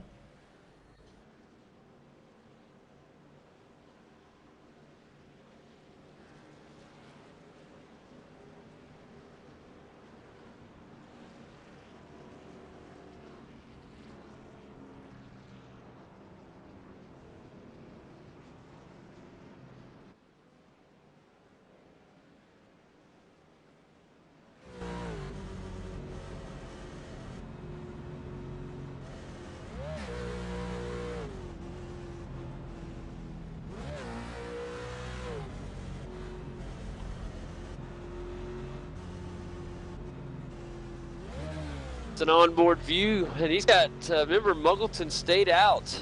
He never went into pits, and the cautions helped save fuel. I'm trying to get a glance at a fuel gauge or something, but it's not going to show me. But I tell you what, Josh Muggleton, look at the tar and residue on his windshield. No tear off, so that thing is hard to see out of. Just a little bit difficult. So guys probably start mucking around a bit here. Yes, Jay Kennedy typing to the drivers, bring on V8 Supercar Premier Series. Oh, it's going to be amazing. Can't wait. Definitely. Fantastic series this has been as well from OSR. Race of Champions 9, Madison Down will be third-time winner of Race of Champions, the only person to have won Race of Champions 3 times now. That's incredible. Incredible. But guys, how about this? Your winner at Daytona in the final race. Give it up for the number 81 TTR Chevy SS as he's going through 3 and 4 for the final time tonight. It's going to be Josh Muggleton winning Daytona here in the final race of the Race of Champions. Following him in second is your Race of Champions winner, Madison Down. And this will complete our race, so we can go ahead and do our rundown. And it's going to be Josh Muggleton, of course, winning the race. Madison Down in second. Marty Carroll will come across in third. Fourth will be Jake Burton in his Sim Pit Chevy SS. Back in fifth, it's going to be Dean O'Brien. And then in sixth, it's going to be Kurt Stenberg as the cars take off after the race there. Seventh, it's going to be Tony Ottridge, Justin Ruggier. Eighth, Simon Black. Ninth, and rounding out our top 10, Richard Hampstead. Mitchell McLeod will take 11th. 12th will be Nick Rainbird. Bo Cattell 13th. 14th will go to Jared Philsell. Chris Brooks 15th. And 16th, Marlon McMullen. Matthew Barron 17th. Joshua Burden 18th. 19th, Henry King. Guy Leach 20th. Michael Korolev 21st. 22nd, Michael Fabian. Damian Butler 23rd. 24th, Clayton Books. Jay Kennedy 25th. And rounding out our 26-car field is Lee Ellis. What a great time. Daniel, I enjoyed that. Yeah, it was a fantastic race. Absolutely brilliant.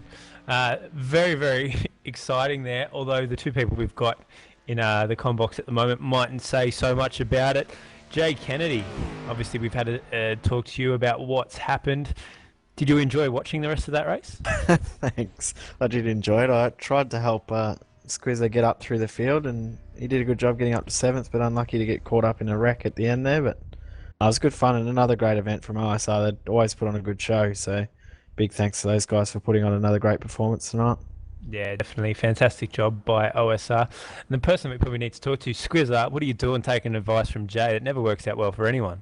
Well, it's easy when he can look at all the people and I can only look at the ones in front of me. Don't you have trouble trying to get through the accent?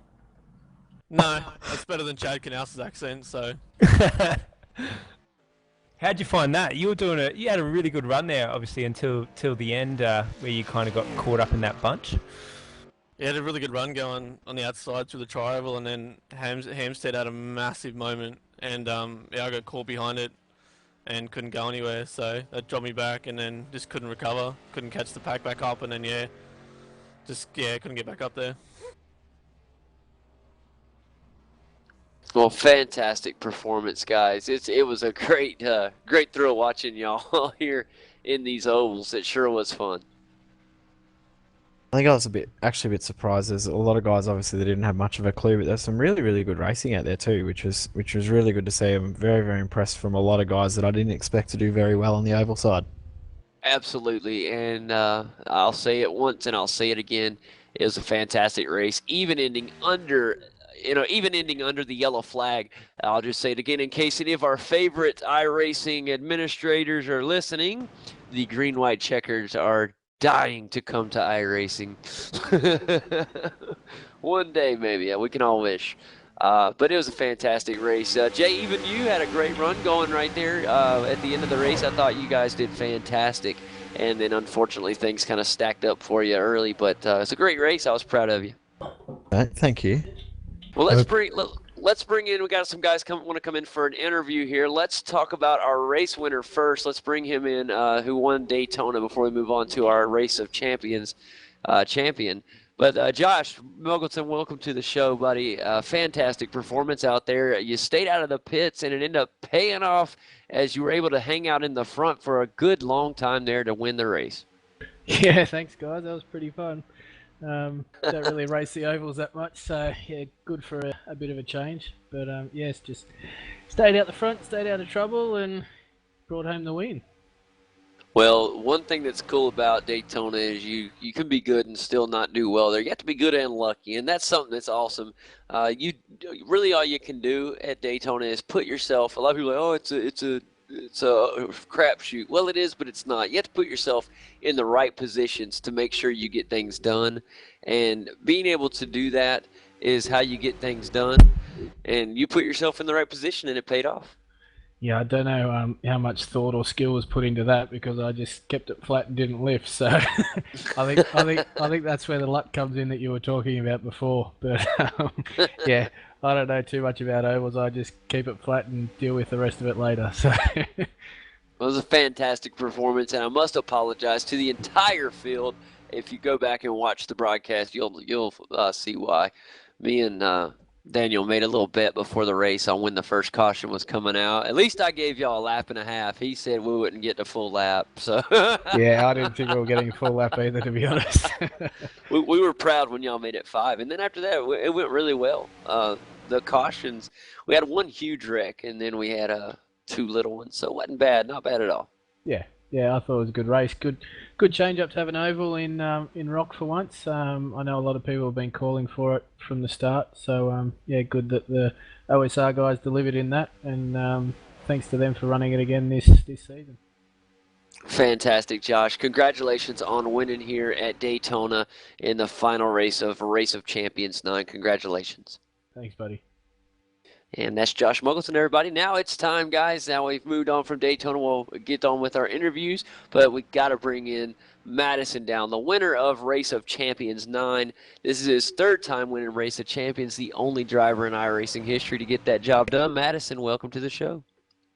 Yeah, g'day, guys. Absolutely ecstatic, really. Anything could have happened in that final race, so yeah, really happy to come away with second. Actually, not often you say that, but yeah, just kept out of trouble all Race of Champions, and well, apart from the Radical race, but managed to come back and yeah, got a third win, so pretty happy.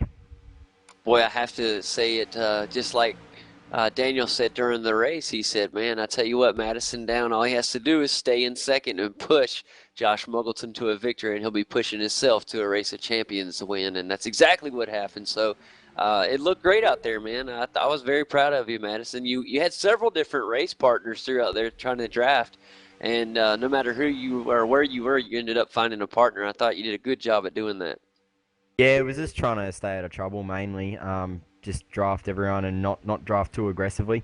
It was actually really hard. I forgot to turn my graphics down before the race, so on all the restarts I had around about between 5 to 10 frames a second. Oh my goodness. So that's every time the caution came out, I was bloody scared. It's the only way of putting it, because the input lag on those restarts for me was appalling. I had so much trouble holding it in a straight line. So yeah, that was my big worry. Every time I saw a caution, I was really concerned I wasn't going to make the next lap after it. But it all worked out in the end. Managed to come away with an overall win. So yeah, couldn't be happier. And again, massive thank you to the guys at Ultimate Karting Sydney. Good to be on a broadcast and actually get that car up the front.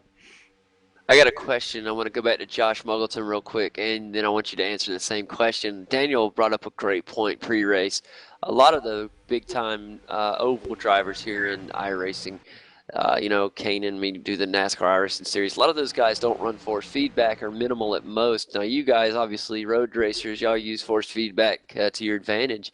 And but on tracks like Daytona, they usually turn them off because it's holding that car steady is really difficult when you're trying to push or draft in front of somebody. Did you have a high force feedback on, or did you turn it off for this race?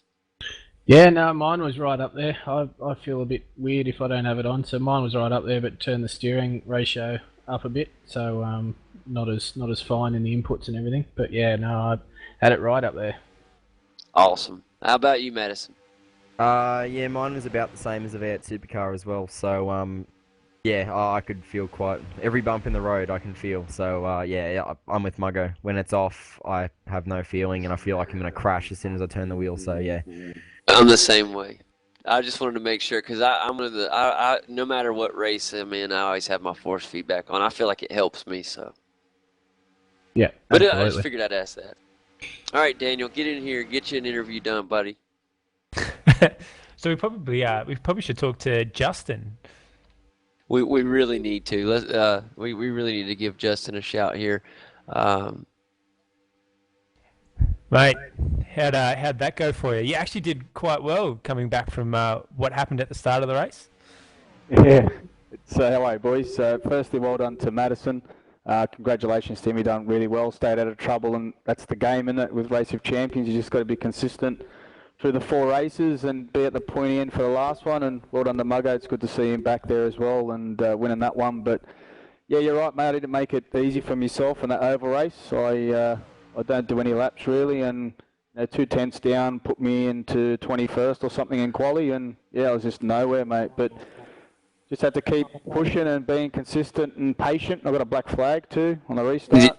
I was about to say, Justin, I was going to ask you about that. I thought you had a fantastic job because you got a black flag on passing under the yellow, and next thing I know, I was thinking, oh man, there's no way he's coming back from that. And things just kind of happened to, you kept your head up and kept trying to move forward, and you caught a nice caution that helped you be able to get back kind of on the lead lap. And once you got it, I think you restarted 15th or 16th.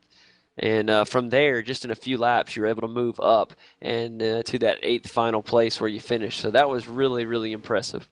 Man, that was just so lucky because I could see Josh coming and I didn't want to impact their race and Madison and all them boys. So I was actually going to roll out and a few corners before then the yellow come out. So I was just glad. It was hard to serve the black flag under green, mate. It dropped me and I was right out of contention. But as NASCAR is, you're never out of it until the last lap, man. So just keep pushing. And thankfully, I didn't even know where we finished in the points. Hopefully in the top 4 or something. But yeah, it's a shame we couldn't take it out. We were going good on the road courses, but we'll just live to fight another day.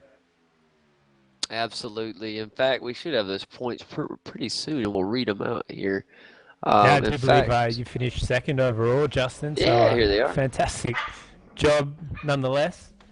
Yeah, no, pretty happy with that. Definitely. I mean, I think a lot of the race of champions that we've done, I think I've finished on the podium quite a few times and 2 wins as well. So, yeah, no, pretty stoked with that. Yeah. In fact, I'll read our top 10 in Race of Champions real quick. And it goes like this. Madison Down, of course, winning Race of Champions 9. Justin Ruggier, second. Tony Autridge finished third, so give him a podium spot. Good job, Tony. Richard Hampstead just missed it in fourth. 5th place, Mitchell McLeod. 6th, Josh Muggleton. 7th is going to Jared Philsill. 8th, Jake Burton. Marlon McMullen 9th, and rounding out the top 10 in points here in the Race of Champions is Michael Fabian getting that 10th spot. So good job, guys. All right, now all you guys can answer this all at once, just so we're on the same page. Is everyone as surprised as I am to see Mitchell McLeod finishing 5th for Race of Champions? Yeah. Uh-oh. Oh, come on! Everyone's scared of getting on his bad side or something. Yeah, no, he hasn't had a good result in a while, Mitch. So well done. Do a shield sample of his car. Yeah, he's actually. We probably should have some webcam pictures or something coming through because it's been a while since he's done that well. So good to see him out there. Maybe he's gotten off the drink or something. I don't know. I reckon he could be on it celebrating, actually. Oh, he'd be on it now for sure. Yeah. Probably should have a quick talk to Richard Hampstead as well. Richard, how'd you feel about that race? It's pretty good until the end when I made a bit of a rookie error and went up outside of the draft. But yeah, just followed Muggo through most of the race and was sitting P2, and then my engine got hot.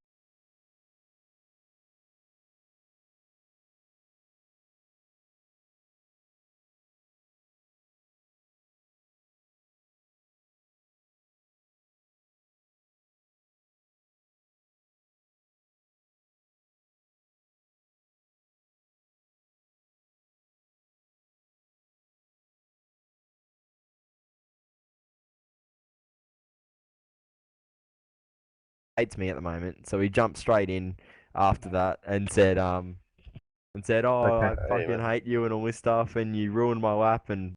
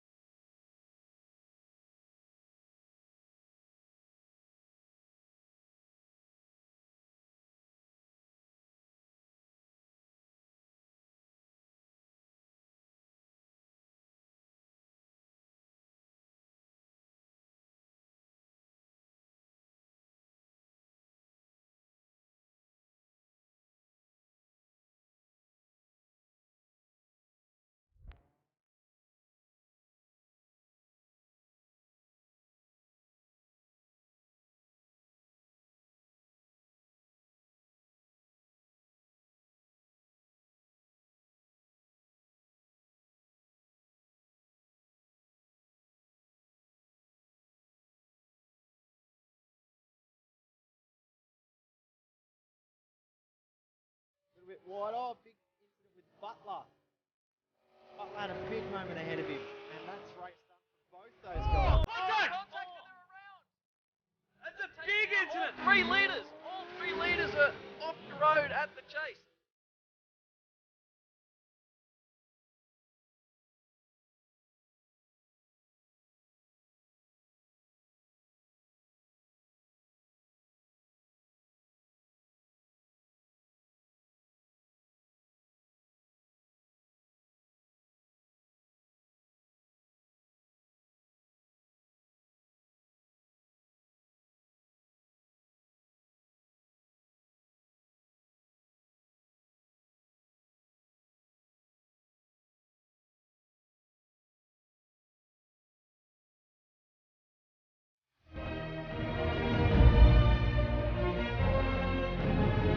For the next time, Richard Hampstead will win Race of Champions 6 at Mount Panorama Bathurst. But Ruggier heading down in the braking zone from Murray's Corner for the final time. He turns it in, takes a neat and tidy line. He's crossed the start-finish line, takes the win of Race of Champions 7.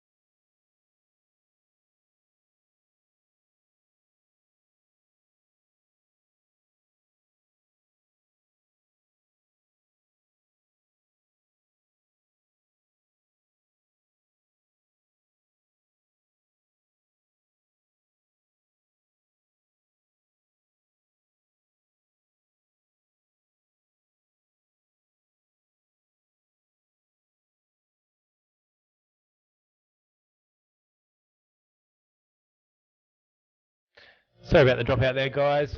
Just a quick farewell and logging off for Race of Champions 9. We'll have a quick and organisers Mike Kroloff, Simon Black from OSR. Fantastic event, guys. Thanks for putting it on for us. Oh, you're very welcome. Thanks for doing the broadcast for us, guys. I know you guys got up really early to do it, so we appreciate it. Yeah, we appreciate it heaps. Thank you so much for doing it. Another great broadcast, but yeah, special thanks for getting up at that time in the morning on your side of the world and doing it. It certainly makes the event for everybody, I think. Yeah, definitely. Big thanks to Kane and JD for getting up nice and early for the broadcast for us and making it all happen. And hopefully it all looks good on the cameras. It was very exciting racing for those last 2 races. Looking forward to Race of Champions 10 now. Actually, after that one, those last 2 races were absolutely brilliant. I think they were the best out of the 4. That's the bad thing about the the Race of Champions is the fact that once it's over, you got to wait another 12 weeks before you get another one. Well, we've already discussed the next one, and there are some plans already afoot for it. So we've had a little bit of a chat about it, thinking about what we want to do next. Something a little bit different again, as we promised you for this last race, race 4 of the ROC 9. We told you to be something different, and it certainly was. Look, if you really want to chuck a wrecking ball into the mix, I'm more than happy to do a run for you for Race of Champions 10. Roger, you're in. You're in. No worries, can't do any worse than Brooksy. No, it's been great, guys, and look, thanks again so much for broadcasting it. We've enjoyed doing it. We always enjoy putting it on.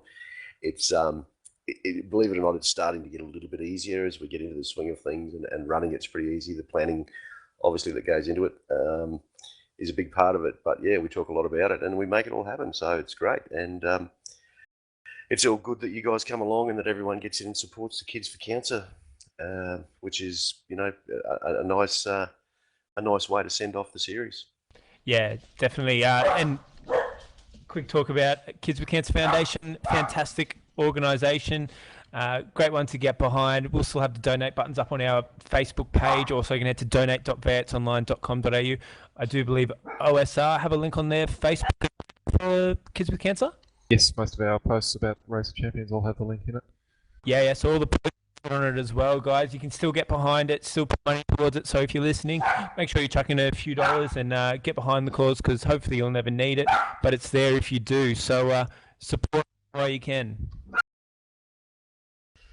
I think that's about it for the night, guys. Thanks for joining us for Race of Champions 9, and we will talk to you guys for... Actually, you'll be back, Kane, for V8 Americas. And we'll be back for the NASCAR iRacing Series on Wednesday. That'll be Thursday morning for you guys, right before lunch? Friday morning, 11 o'clock Australian time is the iRacing Series. So yeah, you guys will put on the Facebook page so you guys can watch the America guys do what they do best. And then in 2 weeks we're going to head to the Premiere Series for V8, to a new series, the best of the best. There's lots of entries for this one, so this is going to be absolutely brilliant. Probably some of the best V8 racing we've seen yet. You guys looking forward to that one? Yes, we're pretty much all organised for that now. There'll be a slightly different race format for that, where the main races you won't be able to use escape in qualifying and things like that, so pretty interesting. Yeah, I'm definitely looking forward to it. It's going to be a great broadcast, so keep a look out for that one. We're going to post up a lot more details on our Facebook page as we get closer and closer with everything that's going on, so keep an eye on the Facebook page. If you liked it, head over to V8s Online on Facebook and have a look, and the new website will be up in the next few days, and you guys can see all the new pretty things and what's going on. We'll have a bit of information up there about the new Premiere Series, so keep a look out on that as well. Thanks for joining us for tonight. We'll see you guys later on. No worries. Thank you very much, guys. Thanks a lot, guys. Very welcome. See you next year. Well, next season. Not next year, but next season. You will. Probably see you for Premier Series as well, so be good.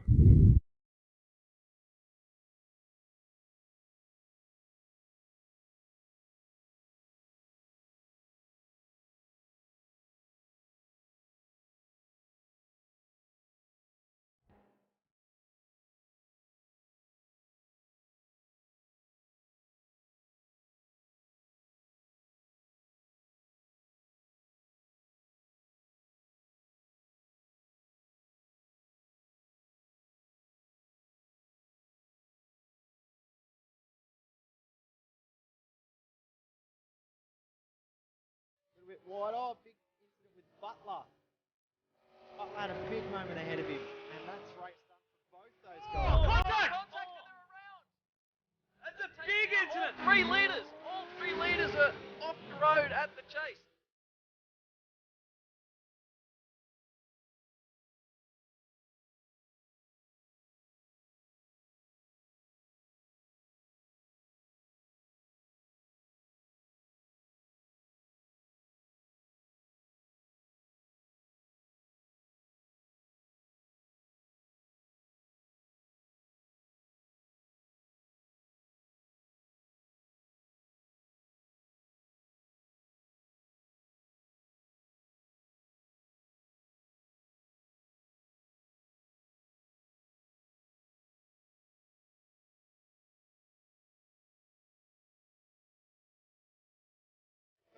time. Richard Hampstead will win Race Champion 6 at Mount Panorama Bathurst.